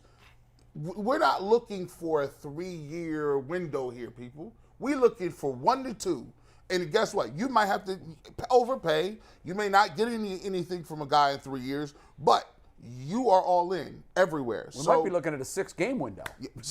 No, that's because if it doesn't get off the runway properly, then a whole lot of folks are looking around saying, what now? Hey, you worry about 4 years from now. I'll worry about that later, man. All right. Very good. I'm out of stuff on Taylor Lewan. Anybody have anything else? We just needed to address it because it was getting hot on Twitter yesterday, and sometimes people ask us Let me explain something to you about Browns fans. Yeah, every player that gets cut, Browns fans want to sign him. Every player. If he ever was good, ever. He could be good 10 years ago. He could play receiver right, too. They'd be like, yeah, Taylor Lewan, yeah, man, we ready to go. You'd be like, no, he's not. I'm surprised we didn't get more, should we sign Robert Woods tweets? Oh, we did. But I thought that one was too absurd to even acknowledge. Yeah, but they're going to, I mean, like I said, the fan base is thirsty, man. Yeah. And anytime we see a recognizable name who's in the clear, we immediately start thinking about, well, let's bring him in here. Let's do this. When Jason's in, we have to talk baseball. You want to maximize your expertise on the Guardians. Are you an expert on the Guardians? No. Thank you anyway. This is a lie. He is. Tito, one of the things that jumped out to me right before the Guards Fest, I thought he looked and this is silly, but he looked as good at the Guards Fest as I've seen him maybe in 5 years. He looked refreshed. Yep. He looked healthy. He's not dealing with these hips and feet and all this craziness that he. And I think that is a precursor to even more success this year because we're going to have all of him. He's not going to be preoccupied with this, that, and the other. I'm going to make a statement, and I'll ask one of you guys to disagree with me. Terry Francona is, by a pretty good margin, the best manager in baseball right now. Am I wrong? I don't think so. No. There's nobody else coming to mind. No, I don't think you're wrong. I think Terry obviously gets the most out of a roster, right? Like he's which always, is his job. That's the job of the manager. He instills the confidence and a belief in these guys. He empowers these guys to give him their best. Is that his secret sauce? I think so. What you just said, because that's what I've always thought it was. Yeah, I think so. Because managers in baseball, it's so much different. Like you're not drawing up a play. You're not calling a play like you are in football. You know, you're not setting a defense. You're not calling an offensive play. You're not drawing up an ATO like you are in basketball. It's more of an even hand. It's more of a understanding the grind of a 162-game season.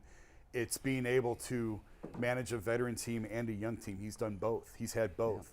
Yeah. And it's being able to keep a hand on the ship for 6 months. And it's just so much different. And sure, it's maybe it's calling a pitch out at the right time, or maybe it's putting on a wheel play at the absolute perfect time. But there's very little of that, and it's much more macro than in the micro, I think. And knowing when to make a pitching change, all that's obviously important. But it's having belief in guys. It's having belief and leaving a starter out there to get out of a mess that he's in. It's knowing when to go get a reliever, and it's just believing in these guys. And it's the ability to maximize what they have and get the most out of them. Is another manager going to get the most out of Oscar Gonzalez and Stephen Kwan the way that Terry did? I don't think so. I just think it's just his nature, it's his personality that brings the best out of these guys. I mean, you look at that list of all-time wins. Dusty Baker's a great manager. Those are career active guys, by the way. Yeah. Just I know. Dusty Baker's a great manager. He's highly underrated. People were critical of him because he hadn't won a World Series until last year. But like Dusty Baker, everywhere he goes, their team wins. Everywhere. Mm-hmm. Yeah. And he's been on a lot of teams. Bruce Bochy, another great manager. That's why it's so stunning that this was the first time he'd ever won a World Series. Right. Yeah. And so I don't know that I want to say that Terry Francona is like head and shoulders better than those guys. I didn't say head and shoulders, but I don't think it's like 1 and 1A. I think it's really close. I'll tell you another guy who I think is a great manager. I would take Francona 1. I think both those guys are great managers. The guy who's not in that list actually worked for Tito, is a great manager. That's Kevin Cash. He's not on that list only because he hasn't been around long enough. He's done a magnificent job. He's in the top 5, maybe top 3 for me. Kevin is the new era analytics-driven manager. Yeah. Terry, I think, is a blend of both. Terry is why I old like school. Terry so much. Terry is very much an old-school baseball guy. He gets to the stadium at noon and walks around in his boxers and reads the paper and drinks his coffee and wanders around in sandals. Like, he didn't know what to do. He is as old school as they come. But I think he's open to some of the new metrics and the new way of he's thinking. embraced it. Otherwise, he would have been gone. Yeah. He's adjusted. He has a great relationship with Chernoff and Antonetti, who are obviously all in on analytics. Yes. He has adjusted. I mean, there's been flaws in his game. Some he's improved on. He, at times, has not done a great job with the bullpen.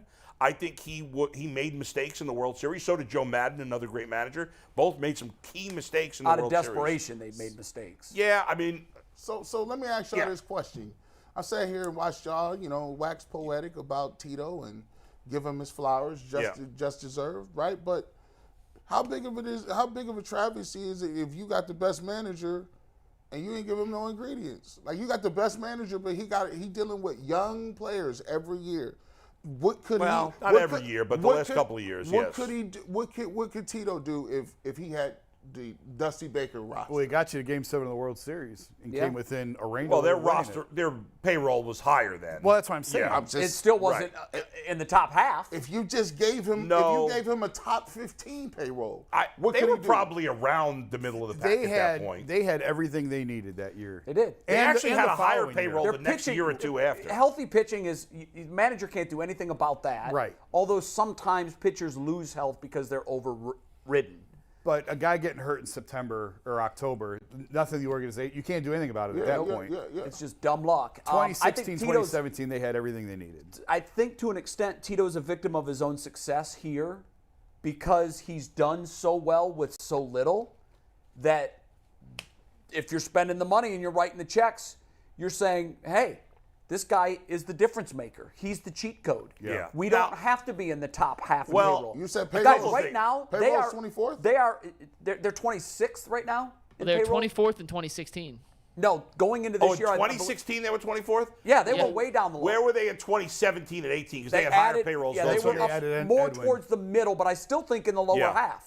Yeah, I think you're right. Check out 17 or 18. I'm surprised. I thought they were higher than 24th and 16. No. But let's not say done something with nothing. They had good teams. Those were really good What teams. I'm saying is the something in this equation is money. The Dodgers, the Mets, the Yankees, they just buy their way into contention. That's it. That's if you've got the money. They were 18th in 2017, so right in Still the middle lower there. half. But still, they were lower half. Yeah. So the reason I bring it up is I think that if Tito's the cheat code, and go figure this out, over the last 10 years, no organization has more wins. Their cost per win is the lowest in baseball. I would say Tampa's probably first. Nope. I did this because you always say that the Rays are the same way. They are, but the Rays have always, not always, just about always outspent the Guardians, where the Guardians on wins have more wins than the Rays over the last decade. I don't think. And they've had more I don't payroll. think you're Where are right, the Rays Jay. right now in payroll? Right now? Yeah. I'm sure. I would bet you 16, 17, 18, 19. The So, Guardians had a way higher payroll. Here's something than the that's Rays. fascinating. Yesterday, the odds came out from one casino. I'm sure They're 27th, by the way. Okay. And the Guardians are 25th. Right. So they're right Where there. where were the Rays in payroll from 16 through 18? I bet they were way behind the Indians then. The Indians were 24th. I mean, No, but they were 18th and 15th in 17 and 18. yes. Whereas the Rays never get above 25 ever. No, they have been. They have been over have? 25. Yeah. They've never. They gave Snell that monster deal. Yeah, they did give some big deals out. They traded him. Right. Well, but they still gave had him the for a deal. I couple mean, that years. went It on wasn't a In monster. 2016, for they them it were 29th. Yeah. Where were they in 17? 17? I bet you the last decade the Rays have spent less on payroll than the Guardians. 28th in 17. Yeah. Do it cost per win. That's the apples to apples comparison. Okay. Cost per win. Yeah. Because you could spend a little bit of money and not win. The Rays and Guardians and Indians, they haven't done that. They've spent a little bit of money, but they've won. Right. Fascinating yesterday. The odds came out for the season to win the division, the AFC, the American League Central. And when you look at the odds, the Guardians have the best odds by a little bit over the White Sox. The White Sox are spending $2 for every one that the Guardians are spending. The Royals are 4,000 to 1. Their payroll is more than the Guardians. Since John Sherman got there, they're spending money. They're spending money, but they're all of not it's winning. wise. Not all of it's wise. No, They gave Carlos Santana That's a big why I deal. think it's the But perfect their payroll's blend not that high either, is it? higher than the Guardians. No, but it's still not high. Right, but I mean, it's No, but one other thing you didn't factor into the Rays-Guardians debate is the Rays play in a much tougher division. much tougher. Yeah. So the fact that so even if they're close in wins, I would give that as an edge to the Rays because now the schedule changes, but you're still playing more. Moving forward, it's going to be equal. It's still not equal because No, you're but still it's- playing it's more. not as 19 games in your division. But they've had to play the Yankees, the Blue Jays until the last year or two, the Red Sox. So that's it. But and the Orioles. the Rays and the Guardians do it better than anybody else. Their model, and I think that Tito is kind of a victim of his own success in that the front office can make an excuse not to overspend or not to spend all this money because Tito's always going to be the safety net. If he's going to win 90 games on a team that's 25th in payroll and be one game from making it to the ALCS, as long as that's not on working, the they're front not gonna office. change That's it. the owner, right? the The owner 100%. The owner does not spend enough money. The payroll is too low. It's ridiculous how low the payroll is. I agree. The Guardians are able to win in spite of that. Yep. It's not just Tito. The Guardians have arguably the best front office in baseball. I think they do have. along with do Tampa you agree Bay. with that, Jay? Tampa and Cleveland. I think they're 1 and 2. Yeah. I really do. I actually think, despite their payroll, the Dodgers belong in that conversation too, because they have. See, I don't. They have too many cheat codes. I Lose do points. too. They could be the smartest guys in the room. When you can write $30 million annual checks to 5 different players, now, to Bull's point, the Dodgers They have farm system. consistently had a great farm system. Their farm system is sensational. farm system is great. They've upgraded their farm system, but what I'm saying is the amount of money they've spent and the hardware that they have to show for it is incriminating. But they can also draft and identify talent and develop the You talent. can't just disregard them totally because they have a large payroll. No, but they have a good front office. You want to argue that the Guardians front office has done more with less money? Sure, I'm going to give them the edge. Yeah. But the Dodgers front office is excellent. They do a great job. how many World Series has this One. Okay. Yeah. They've had the leading payroll just about every year. That's an indictment to me. I'm sorry, it is. I don't for agree me, with that. For me, I'll just give me the ring. I don't care how you got it. I don't Okay, care they if you- still got one. The Guardians don't have any. Yeah, that's all I well, want. okay, you're right, but for all of the money you the know Guardians as well have as spent, anybody that once you get to the playoffs, it's a crapshoot. Right, it is a crapshoot. It's a crapshoot. No matter what kind of team you put together, there's no guarantee. I think in all the sports, yeah. the best team is least likely to win the championship Yeah. is baseball, and it's really hockey sometimes because you can ride a hot goalie. But How for the many most times part, in the last decade has the best team won, right? I mean, I think the Astros were the best team I think last they year, were, too. but it might have been the Dodgers. Yeah. The Cubs were the best team in 16. I mean, A lot of these other years- the Nationals won. They had well, a losing. the Braves The won Braves were the Braves Braves were sub 500. in Yeah. August. Yeah. You know what's fascinating to me when we talk about this and payroll and the Dolans and everything? How much different is the image of the Dolans if the Indians win it in 2016? Oh my God. Much. Totally different. And what? Yeah. And they supplied that team with everything they needed. They made the trade they made the move at the did. deadline. Gave them Andrew Miller. It was the weapon that they needed. Yeah. And like they did everything they could.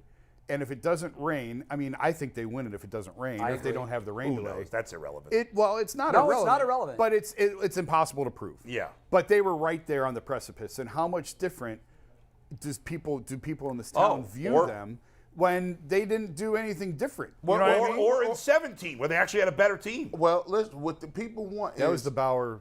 you right? did Was it in that 16. 17? You were close. You paid more in 17. Okay, you didn't go where you wanted to go. Yeah. People don't give a you know what about none of that. They don't Right. care how fiscally responsible you are. People in this country. Yeah, look at the Cavs and what they had to spend to get that ring. We don't care. We don't care about your bank account. It's not and our if, money. And if your wife can buy furs forever. We care if you buying players or not. If Yeah. you're not, if you do well and you don't have players, good for you. Who's if the you win. best ownership in Cleveland? Dolans. And I mean, now Dolans. you could say, well, the Cavs have one, but obviously it was LeBron driven, but he spent the money. He spent the money. He spent the money, so I he was does get told- kudos for that. But if I'm picking a ownership group, it's the Dolans, and unfortunately, I think they're the one. They get more criticism than the Haslams do. Totally agree.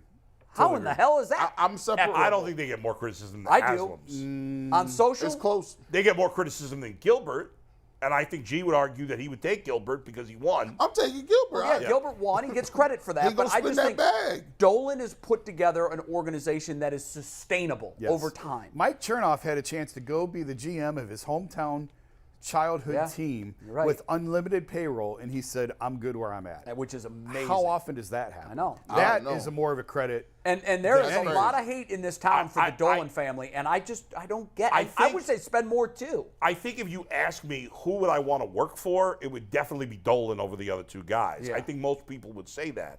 No, It's no, a stable organization. But that's a different question. I'm It's just a talking about which ownership group gets more criticism. Dolan gets more criticism than he should, but in the end, he doesn't spend enough money, and that's a big deal. And he deserves a lot of criticism for that. I agree with you 100%. Yeah. He needs to spend more money. But he's not going to do that.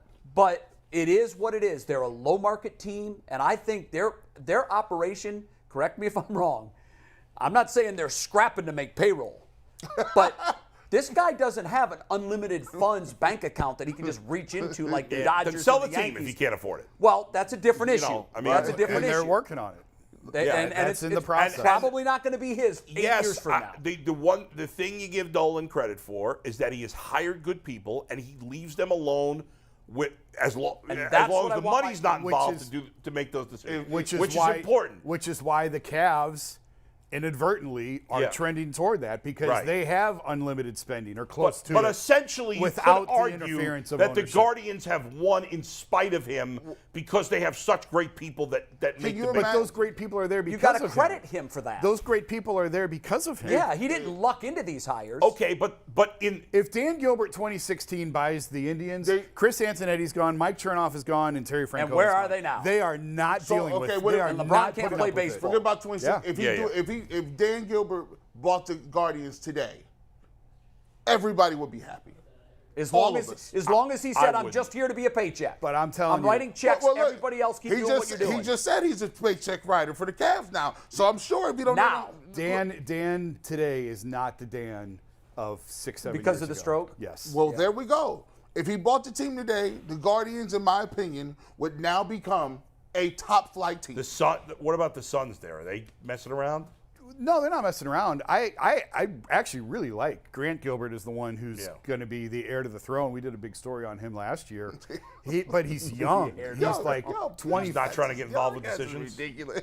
I think Grant is going about it the right way. I think Grant is trying to learn the different departments, and he's trying. I mean, this is whether he wants it or not.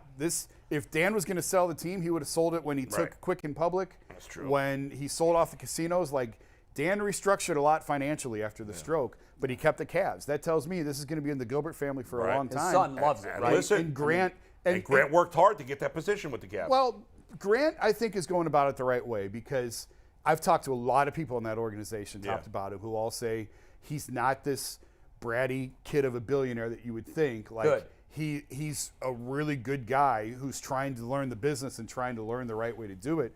So I actually think it's a really good thing. Yes, he's very, very young. He's got a lot to learn. But I think he's going about it the right way. He just graduated college in the last 2 years. Hey, McNuggets. He's really young. But he's going about it the right way. I want to ask. We ain't got no time in there. I want to ask him a question because he's here about this story with LeBron's son now being top 10. Does that change? Yeah. Did you see that yesterday? Yeah, I put that up. I think I like Giovanni a lot, the Draft Express guy who did that. He's not top 10. He's improved his stock quite a bit this year. But he's not a top 10 NBA. He's not top 10. So is it But we're enough? also still a year away from Is it enough of a move that he does say, all right, well, I'm going to enter my name in the draft? Oh, I think he's coming regardless. Well, I mean, he doesn't. Well, he's got to go to can't- college for 1 year. still They haven't got that changed the rule They yet. haven't changed the They rule haven't yet? changed it. Okay, No. never Yeah. mind. Yeah, he's still got to go to college. For And a I year think now. after a year in college, he may be a top 10. and he might because But we're he's still not so now. far away from that. But he's not very big. He's not as big as his dad. That's going to hurt him. I don't think he's going to grow anymore. And I still think Rich Paul is going to control this whole thing. That's how powerful he is. Sure, if he can get Anthony Davis out of New Orleans and hand deliver him to the Lakers, he can dictate where Bronny goes. I was listening for a couple of minutes on, I was actually listening to Fox Sports Radio. I have no idea why, 'cause I've never listened to it. But I was flicking through the channels. There was nothing else on. And they had Rick Bucher on with, what's her name, that used to be on Colin Cowherd's show. She has her own show now. Yeah, Joy Taylor. Taylor, yeah. And she was embarrassingly apologetic. Like, they haven't gotten LeBron what he needs, and he was like, yeah, LeBron controlled the whole thing there. Oh, with Westbrook? Yeah. All of it. Yeah, if they haven't gotten him what he needs, He was like, no, you're wrong. LeBron put himself in that Mikey, spot. go ahead. That's true. We got two things to take care of here before we bring in our guests. First, if you are not already a member of the Ultimate Cleveland Sports Show, what are you waiting for? What are you doing? For $1.99 a month, you get loyalty badges, custom emojis, community $2 a member-only month. posts.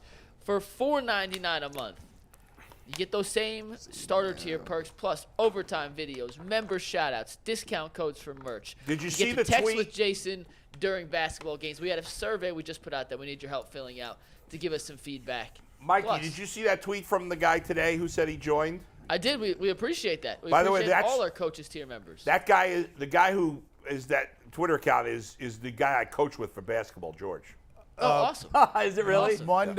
Monday, March 6th, tentatively, I think, is the next time I'm going to hang with the UCSS crowd and live text you guys throughout the Cavs Celtics game. Okay. What a perk that is. And that's a It's cool the perk. And this Celtics. interview, by the way, with Corey Crawford, the fastest member of the Crawford family, is brought to us by PCC Airfoils. Are you looking for a job with that one hurt. great benefits?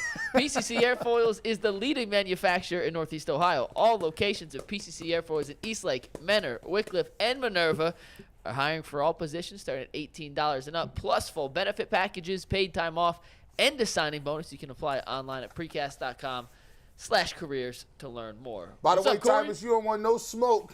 You don't want no smoke. Why don't you raise him? I would have got my little brother. I would have got my little brother. What's up, bro? Every time I'm on set, Tyvis is dodging me. I know, Tyvis is right. Getting this smoke. Jay, are you saying you're still faster than your son? Are you claiming this? You know, to hear those words, Yeah. it really cuts me. Sophomore in high school, I think is when I passed it. You know, I remember it's on the baseball field. I'll never forget. It's on the baseball field in front of all every the year, team. the first day of the baseball Right. season and the last day of the baseball season, we would run the bases. And he was always fast, always. Yeah. And sophomore year, I was helping coach his high school team. And, you know, of course, the whole team's like, all right, this is the year. Corey's grown, he's bigger. Yeah. And he beat me by a step. Were you salty And it about was it? the last time we've ever raced. Oh, yeah. Oh, really was? Yeah. I'm retired. Listen, How salty was he? He was upset. I mean, he was a fast guy. How old were you at that point? You were in your young 40s. well, you were 14 and I was so I was 40. 40. I was 40. So I mean, to hang on. But for I was 40. still, at 40, I could still pick him He up could and put him scoot. down. He could Yeah. scoot. He was beating 9 out of 10 guys on my team. Yeah. I'll say that. And the difference was I knew I was going to lose. I didn't tell him that. But he had grown between his 9th grade year and his sophomore year.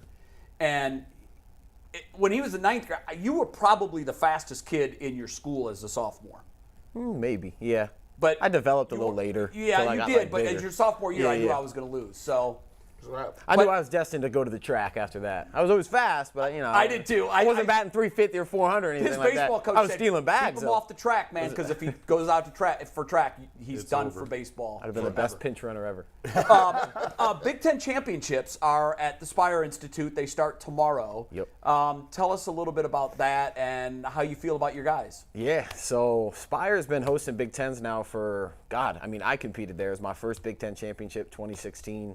But they've been hosting high-level track and field swimming competitions. Is that the best indoor track in the world? It's the largest indoor track, square footage-wise. It has a whole banquet hall behind it. They've hosted weddings. They've done a whole bunch of great stuff. And obviously, I worked at Spire for a year, so I was their social guy. Did some social stuff, but trained there as well. And really good people up there. Really good people. But yeah, Big Ten championships are in. We start tomorrow. Your jump squad is good, but hurt. Right? Wait a second.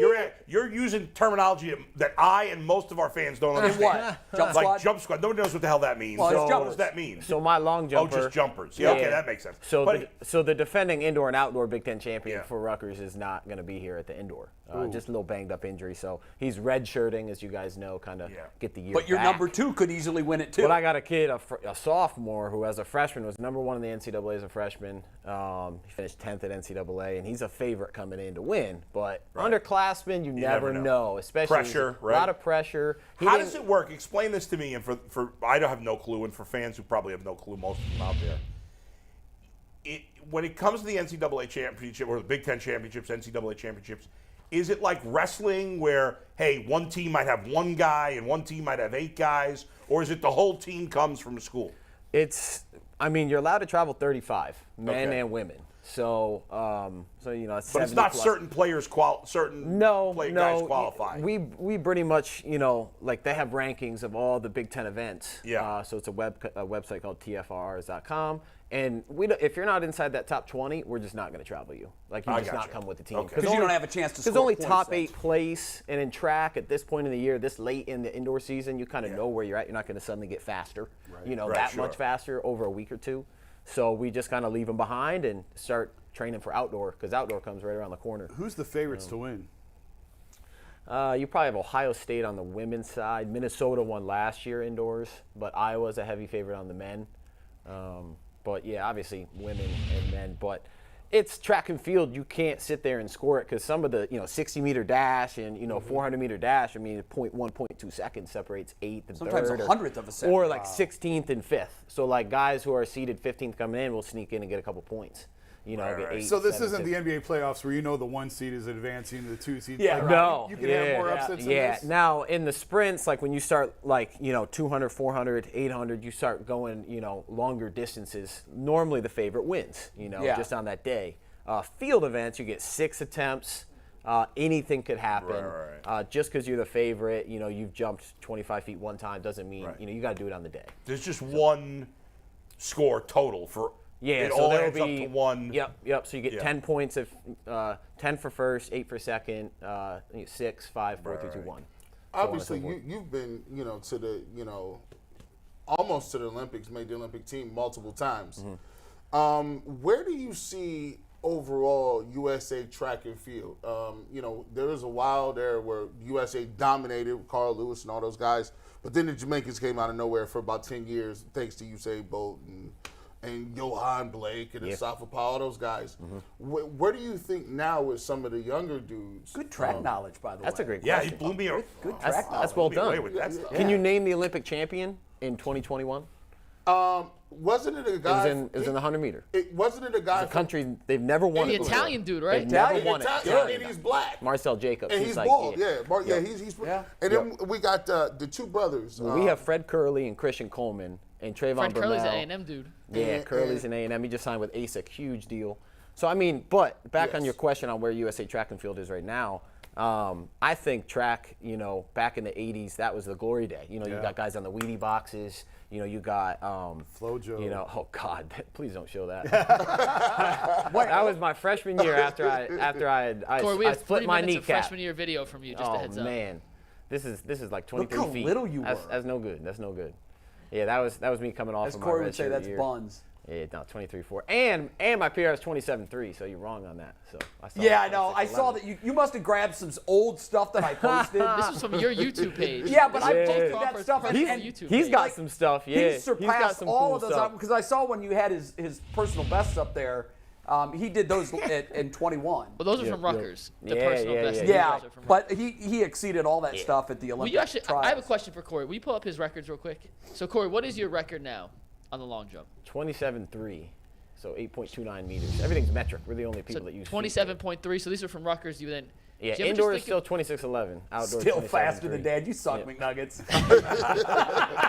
Well, Corey, my question is, if 27.3 is your career record, do you ever just think about jumping further? You ever just think about going like 27.4 or 27? I wish, man. I wish. I mean, you What's teach the a all-time lot. record? 29-4 by Mike Powell. Yeah. Now and it Carl should be Lewis. pointed out that there was there was a lot of stuff going on during that. Oh. The 1 and 2 happened in the same meet. Yeah. It was Powell and Lewis, and there's strong suspicion. I mean, that Bob it Beamon was- had the It Olympic was fueled record by and- outside chemicals. Now There were some weights in the fish that day. When Powell broke the record, they told him what it was. They told him how, and he looked around like, No. I ain't never jumped that far. They just went. Carl Lewis was beside himself. He was just like, Well, yeah. didn't Well- Lewis set the record, and then later in that meet, Powell broke it? I actually had the chance to speak with Mike Powell at a meet like 3 or 4 years ago. This is in Southern California. And, here's one of my idols, but this guy was always second fiddle to Carl. I mean, he may have beaten Carl 2 times his whole career. Like Carl went 8 years of not losing a long jump competition. That's insane. That's Olympics, international, everywhere. It is But nuts. this guy Powell, he just hit one. You have 6 jumps. He caught one. Bob Beamon was a similar guy. He still got the Olympic record. He jumped 29.2 in Mexico City. That was the altitude. He never jumped 28 feet before that. He Yeah, went from so he beat his 27 PR feet, by over a foot. PR by Wow. over a foot, and that's still, in my eyes, one of the greatest Olympic just moments in sport because it still stands today, and no one had ever seen a 28-foot jump, let alone a 29-foot jump. now so you think about it like this. Now during that time, to Jay's point, you had FloJo, and she ran a 10. Oh, She ran a 10. Now hey, we can't say people allegedly, but I'm just saying you got that 10-4. Yeah, I don't even think you have to say allegedly because she 10-4? tested yeah, positive. she tested so we know positive, that she, enlarged heart. Yeah. I mean, 10-4? you still got to do it. It's like baseball. I mean, I like a lot of as having trained for Olympic trials and having trained at a high level, and I trained at the Olympic Training Center, so there weren't talks of steroids, but man, were there guides that, man, you know, if you take this, you're going to get to that next level, you know? Because at the top, like at the 1%, you're looking for that 1% increase. So I don't think I've ever. in my eyes, when people do cheat in that, and I mean, I just lose a lot of respect. We at USATF, Justin Gatlin and Tyson Gay, 2-time double dopers, we put them on the pedestal of Justin USATF. Gatlin. They speak at our conferences. I'm not a real believer of that. I still like, you know, like a lot of my training partners and Olympians and Olympic medalists, we just kind of turn, we just turn the other way. Like if you've been caught and you've been cheated, like hardcore, and you serve suspension, 2-3 year suspension, it should be lifetime. It should be lifetime. I've never asked you It's such a this. performance enhancing, you know what I mean? It In is. baseball, you have to do it. Barry Bonds still a great hitter, but you got to do it. And in track, when you're getting, and you know, it's like putting in diesel fuel and everyone's putting in regular. I've never asked you this. We've had talks about this. You've lost medals, prestigious championships, to guys who we later found out were using. I always, from the time you were old enough to have professional ambitions in any sport, I always spoke to you about the dangers of steroids and how if you got to cheat to win, you're not winning. You're cheating yourself and you're losing. But I've never asked you, how close did you actually come to, I'm sure you had to have considered it. But how close did you ever come? I never. Did you have the needle? Cheated. Hey, I cheated. you did. Did you have the needle on your left cheek? Oh, Was man. it If there? I was playing baseball in the steroid era, I'd be jacked up on steroids. If everybody else is doing it, I'd do it. There were talks, you know, throwers, you know, where we trained in Chula Vista, California is about 5 miles from Tijuana, Mexico. So you talk about any steroid you want, bam, like that. It's not even a problem.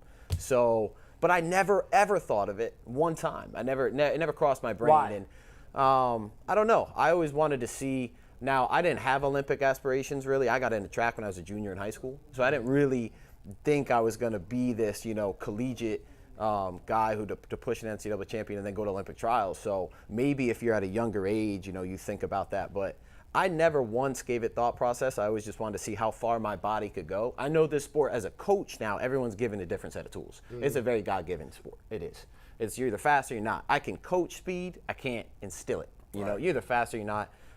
So I just wanted to get the most out of what I was given, and I know that I wasn't given nearly some of the gifts my competitors were, with some height and some ability, but I got the most out of it. Do you feel that you did get everything out of your... Oh, no, I have regrets. I think every elite athlete would say, yeah, maybe deep down. Really? Deep, because deep I, down. as a parent who watched you and studied the sport because you were in it, I think you got more out of it than... I was very Carl lucky. Lewis told me one day that you could jump 27 feet. Yeah, I did. He told right me in that. front of him. I did when he was there. I know which is you pretty did, cool, but he told me, he goes, he's a 27-foot jumper. Yeah. But he never said he's a 27.5-foot jumper. Yeah. I mean, look, you know, when you look at, you know, our sport and what is at the tip top, there's not much that separates, you know, a lot of guys who, and now I lost, mind you, to Olympic trials. I was 4th coming in. I took 8th in the meet, but the top 3 guys I lost to were 1, 3, and 5 in the world. So I'm losing to some of the, you know, not just the best in the country, but, and I think that's, you know, where you said, where's USA Track and Field? We've never been at a better place success-wise. We scored the most medals at World Championships in Oregon than we've ever scored in any World Championships ever. So as far as dominance, never been better. It's tough to make a U.S. Olympic team. But as much as, like athlete support, like USATF, you know, their foundation doesn't do much support for the athletes. It's shoe companies. It's Adidas, it's Nike, it's ASICS, it's the actual foundation. Now they fundraise and stuff, but there's no like monthly, you know, there's no like 5-year. They're not supporting you. Are there any events? Although you were essentially living at the Olympic Training Center. I had as much support as you can get. Yeah, I had room and board and food and trainers and coaches and travel and all that. I was very lucky. Now I was the 0.01% coming out of college. I was NCAA runner-up, 4-time All-American. So there's so many kids in the NCAA, 21, 22 years old, in the prime of their life, and they're done. Track's over. Are there some events that America sucks in, like shot put or some of these other? We struggle in the throws, javelin, discus. Because our big guys go play football. Yeah, we lose a lot to baseball and football too. So the rocket arms. We do a little bit, and it's very technical. High jump is one we lose. It's extremely technical. Yeah. So they teach it right over there. It's called athletics, not track and field. It's athletics, and they teach it from a young age. So they're. I want to go back to the doping because that fascinates me. I said I would have juiced. I know I would have because they weren't testing for it, and there was no. Yeah. If you dope in track and field, you're going to get caught, right? Like, Yeah. why would you do You can like cycle I it. could see in baseball why they did it because they were getting away with it and there was no testing for it. You're going to get caught if you do it. There's basically two avenues. There's WADA, which is World Anti-Doping Agency, and they'll, if you're an extremely high athlete, medalist or something like that, they could randomly test you, but it's normally done at competition testing. And then there's USADA, which is United States Anti-Doping Agency, which is the best in the world. You know, no other countries do this. You have to fill whereabouts. There's been a lot of athletes, if you've read, they failed whereabouts. You know, they didn't fail a drug test, but I had to do whereabouts for about 2 years, and every single place you go, if I, for instance, didn't have this on my schedule on Monday, I'd have to fill in my whereabouts. Hey, I'm going to be here at 11 to 1 at UCSS. Because they could pull up at my apartment to drug test me. If I'm not there, if you miss 3, it's a fail. Wow. So if you miss 3. So Christian And Coleman. they do that because guys do dodge. Yeah. Christian They know they're Coleman's a using it. name you didn't hear about because he didn't run at the Olympics. I mean, this guy's one of the fast guys in the world. He would have been a big favorite. That's He crazy. didn't run. I didn't even notice because his that. whereabouts. I didn't even notice he wasn't. How many guys you got? Or do you coach the men and the women? Yeah, men and women. How many athletes do you I have have here? 20 in my group. 20. We have about Just 60. in your group, in the yeah, jumping we have group. about 65 here total. Okay. Yeah. And of your 20, how many? I don't know if you want to answer. I don't. But I don't want to be the. Hey, I'll be honest. But how many? How many have I'm a very shot? straightforward. How many have a shot to finish first? Oh, 2. Okay. I mean, it's a Big Ten. You know, these. mentioned You're one vaulter guy. This is a and your great female pole vaulter. Yeah, our female vaulter won outdoor, so she's the heavy favorite coming in for indoor. And a lot of the seniors are gone. Sincere jumping against a great veteran from Iowa, though, a 6-year veteran from Iowa. Is she going to be an Olympian? Chloe Timberg, shout out Chloe. I bet she is. Potentially, yeah. She's only a sophomore, and as a freshman, she was 12th in the NCAA. But as far as the world goes, like U20, they give a U20 ranking. She was like 6th. U20 in the world. Oh, wow. So she's got a lot of potential. Where's she from? Pennsylvania. Does everything I say from the weight room and then some. You know, we'll offer to throw in some lifts here and there. So she's my best communicators are my best athletes. I'll say that. But Do you recruit all over the country? yeah, world. Cool. Ray Ventrone, Barbados. your fellow flag That's football right. coach. That's right. Who that would we have won the thought we'd both be championship with. coaching? You know, Yeah, all that's these years great. later. Wait, That's Corey, great. you said you're part of the Rutgers recruiting contingent.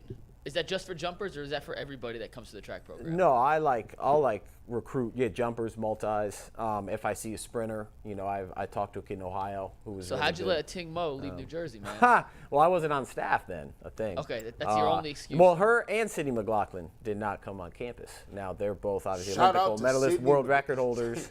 So, Shout out to but Sydney. yeah, there's so much little talent up in Jersey. All the coaches in the Big Ten knew when we got in. They said, okay, this is a newer staff. This is a 3-year staff. So we're. This is just my 2nd year. So it takes a little while to get those recruits in, and to get the transfer portal is a whole other game. I mean, that's wild. Is that affecting But track as well? transfer Sometimes? portal has to be absolutely. It is. He has guys reach out to him all the. Let me ask you this: you currently have the records, the long jump records, indoor and outdoor, at Rutgers. Yeah. Are you hopeful that those go down? And if so, what will it feel like for you to coach? Because you have kids now that, although they're not in where you were, I mean, you know, it wouldn't be outside the realm of reasonability that if Sincere continues to grow, maybe as a senior, he might break your outdoor, probably not your indoor. My outdoor's gone. It's only 26 even. That's not anything crazy. The indoor, 27 feet indoor, is going to be tough to get, but I do hope that one day they get it. I always say, and this is what we say come championship time, you know, and this is what I was told. This is we got Big Ten championships and then NCAA championships. And this is what you're going to be remembered by. Records are meant to be broken, literally. I mean, and figuratively, they'll always get broken. There will always be some kid coming in, jumping far, running fast, but no one will ever take away the Big Ten championship. No one will ever take away an NCAA championship. Right. Those are things that last forever. So records are, they're just on the whiteboard temp. You know, it's going to get wiped down. Sincere will break my outdoor or a non. A non did twice, but it was windy for all you non-track people. If it's too windy, it doesn't count for records and well, you had a for couple of big qualifying. ones too, though, that because of wind. Yeah, did not. And count, how so frustrating is that? So if it's over a 2.0? 2.0 meters per second, which is roughly about 5 mile per hour wind. Are they At your measuring back. that while you're jumping? As soon as you begin your approach and you get down the Wow. runway, someone presses And the 5 button. doesn't seem and it's that 10 strong. seconds. Do you It's ever know not, that? man.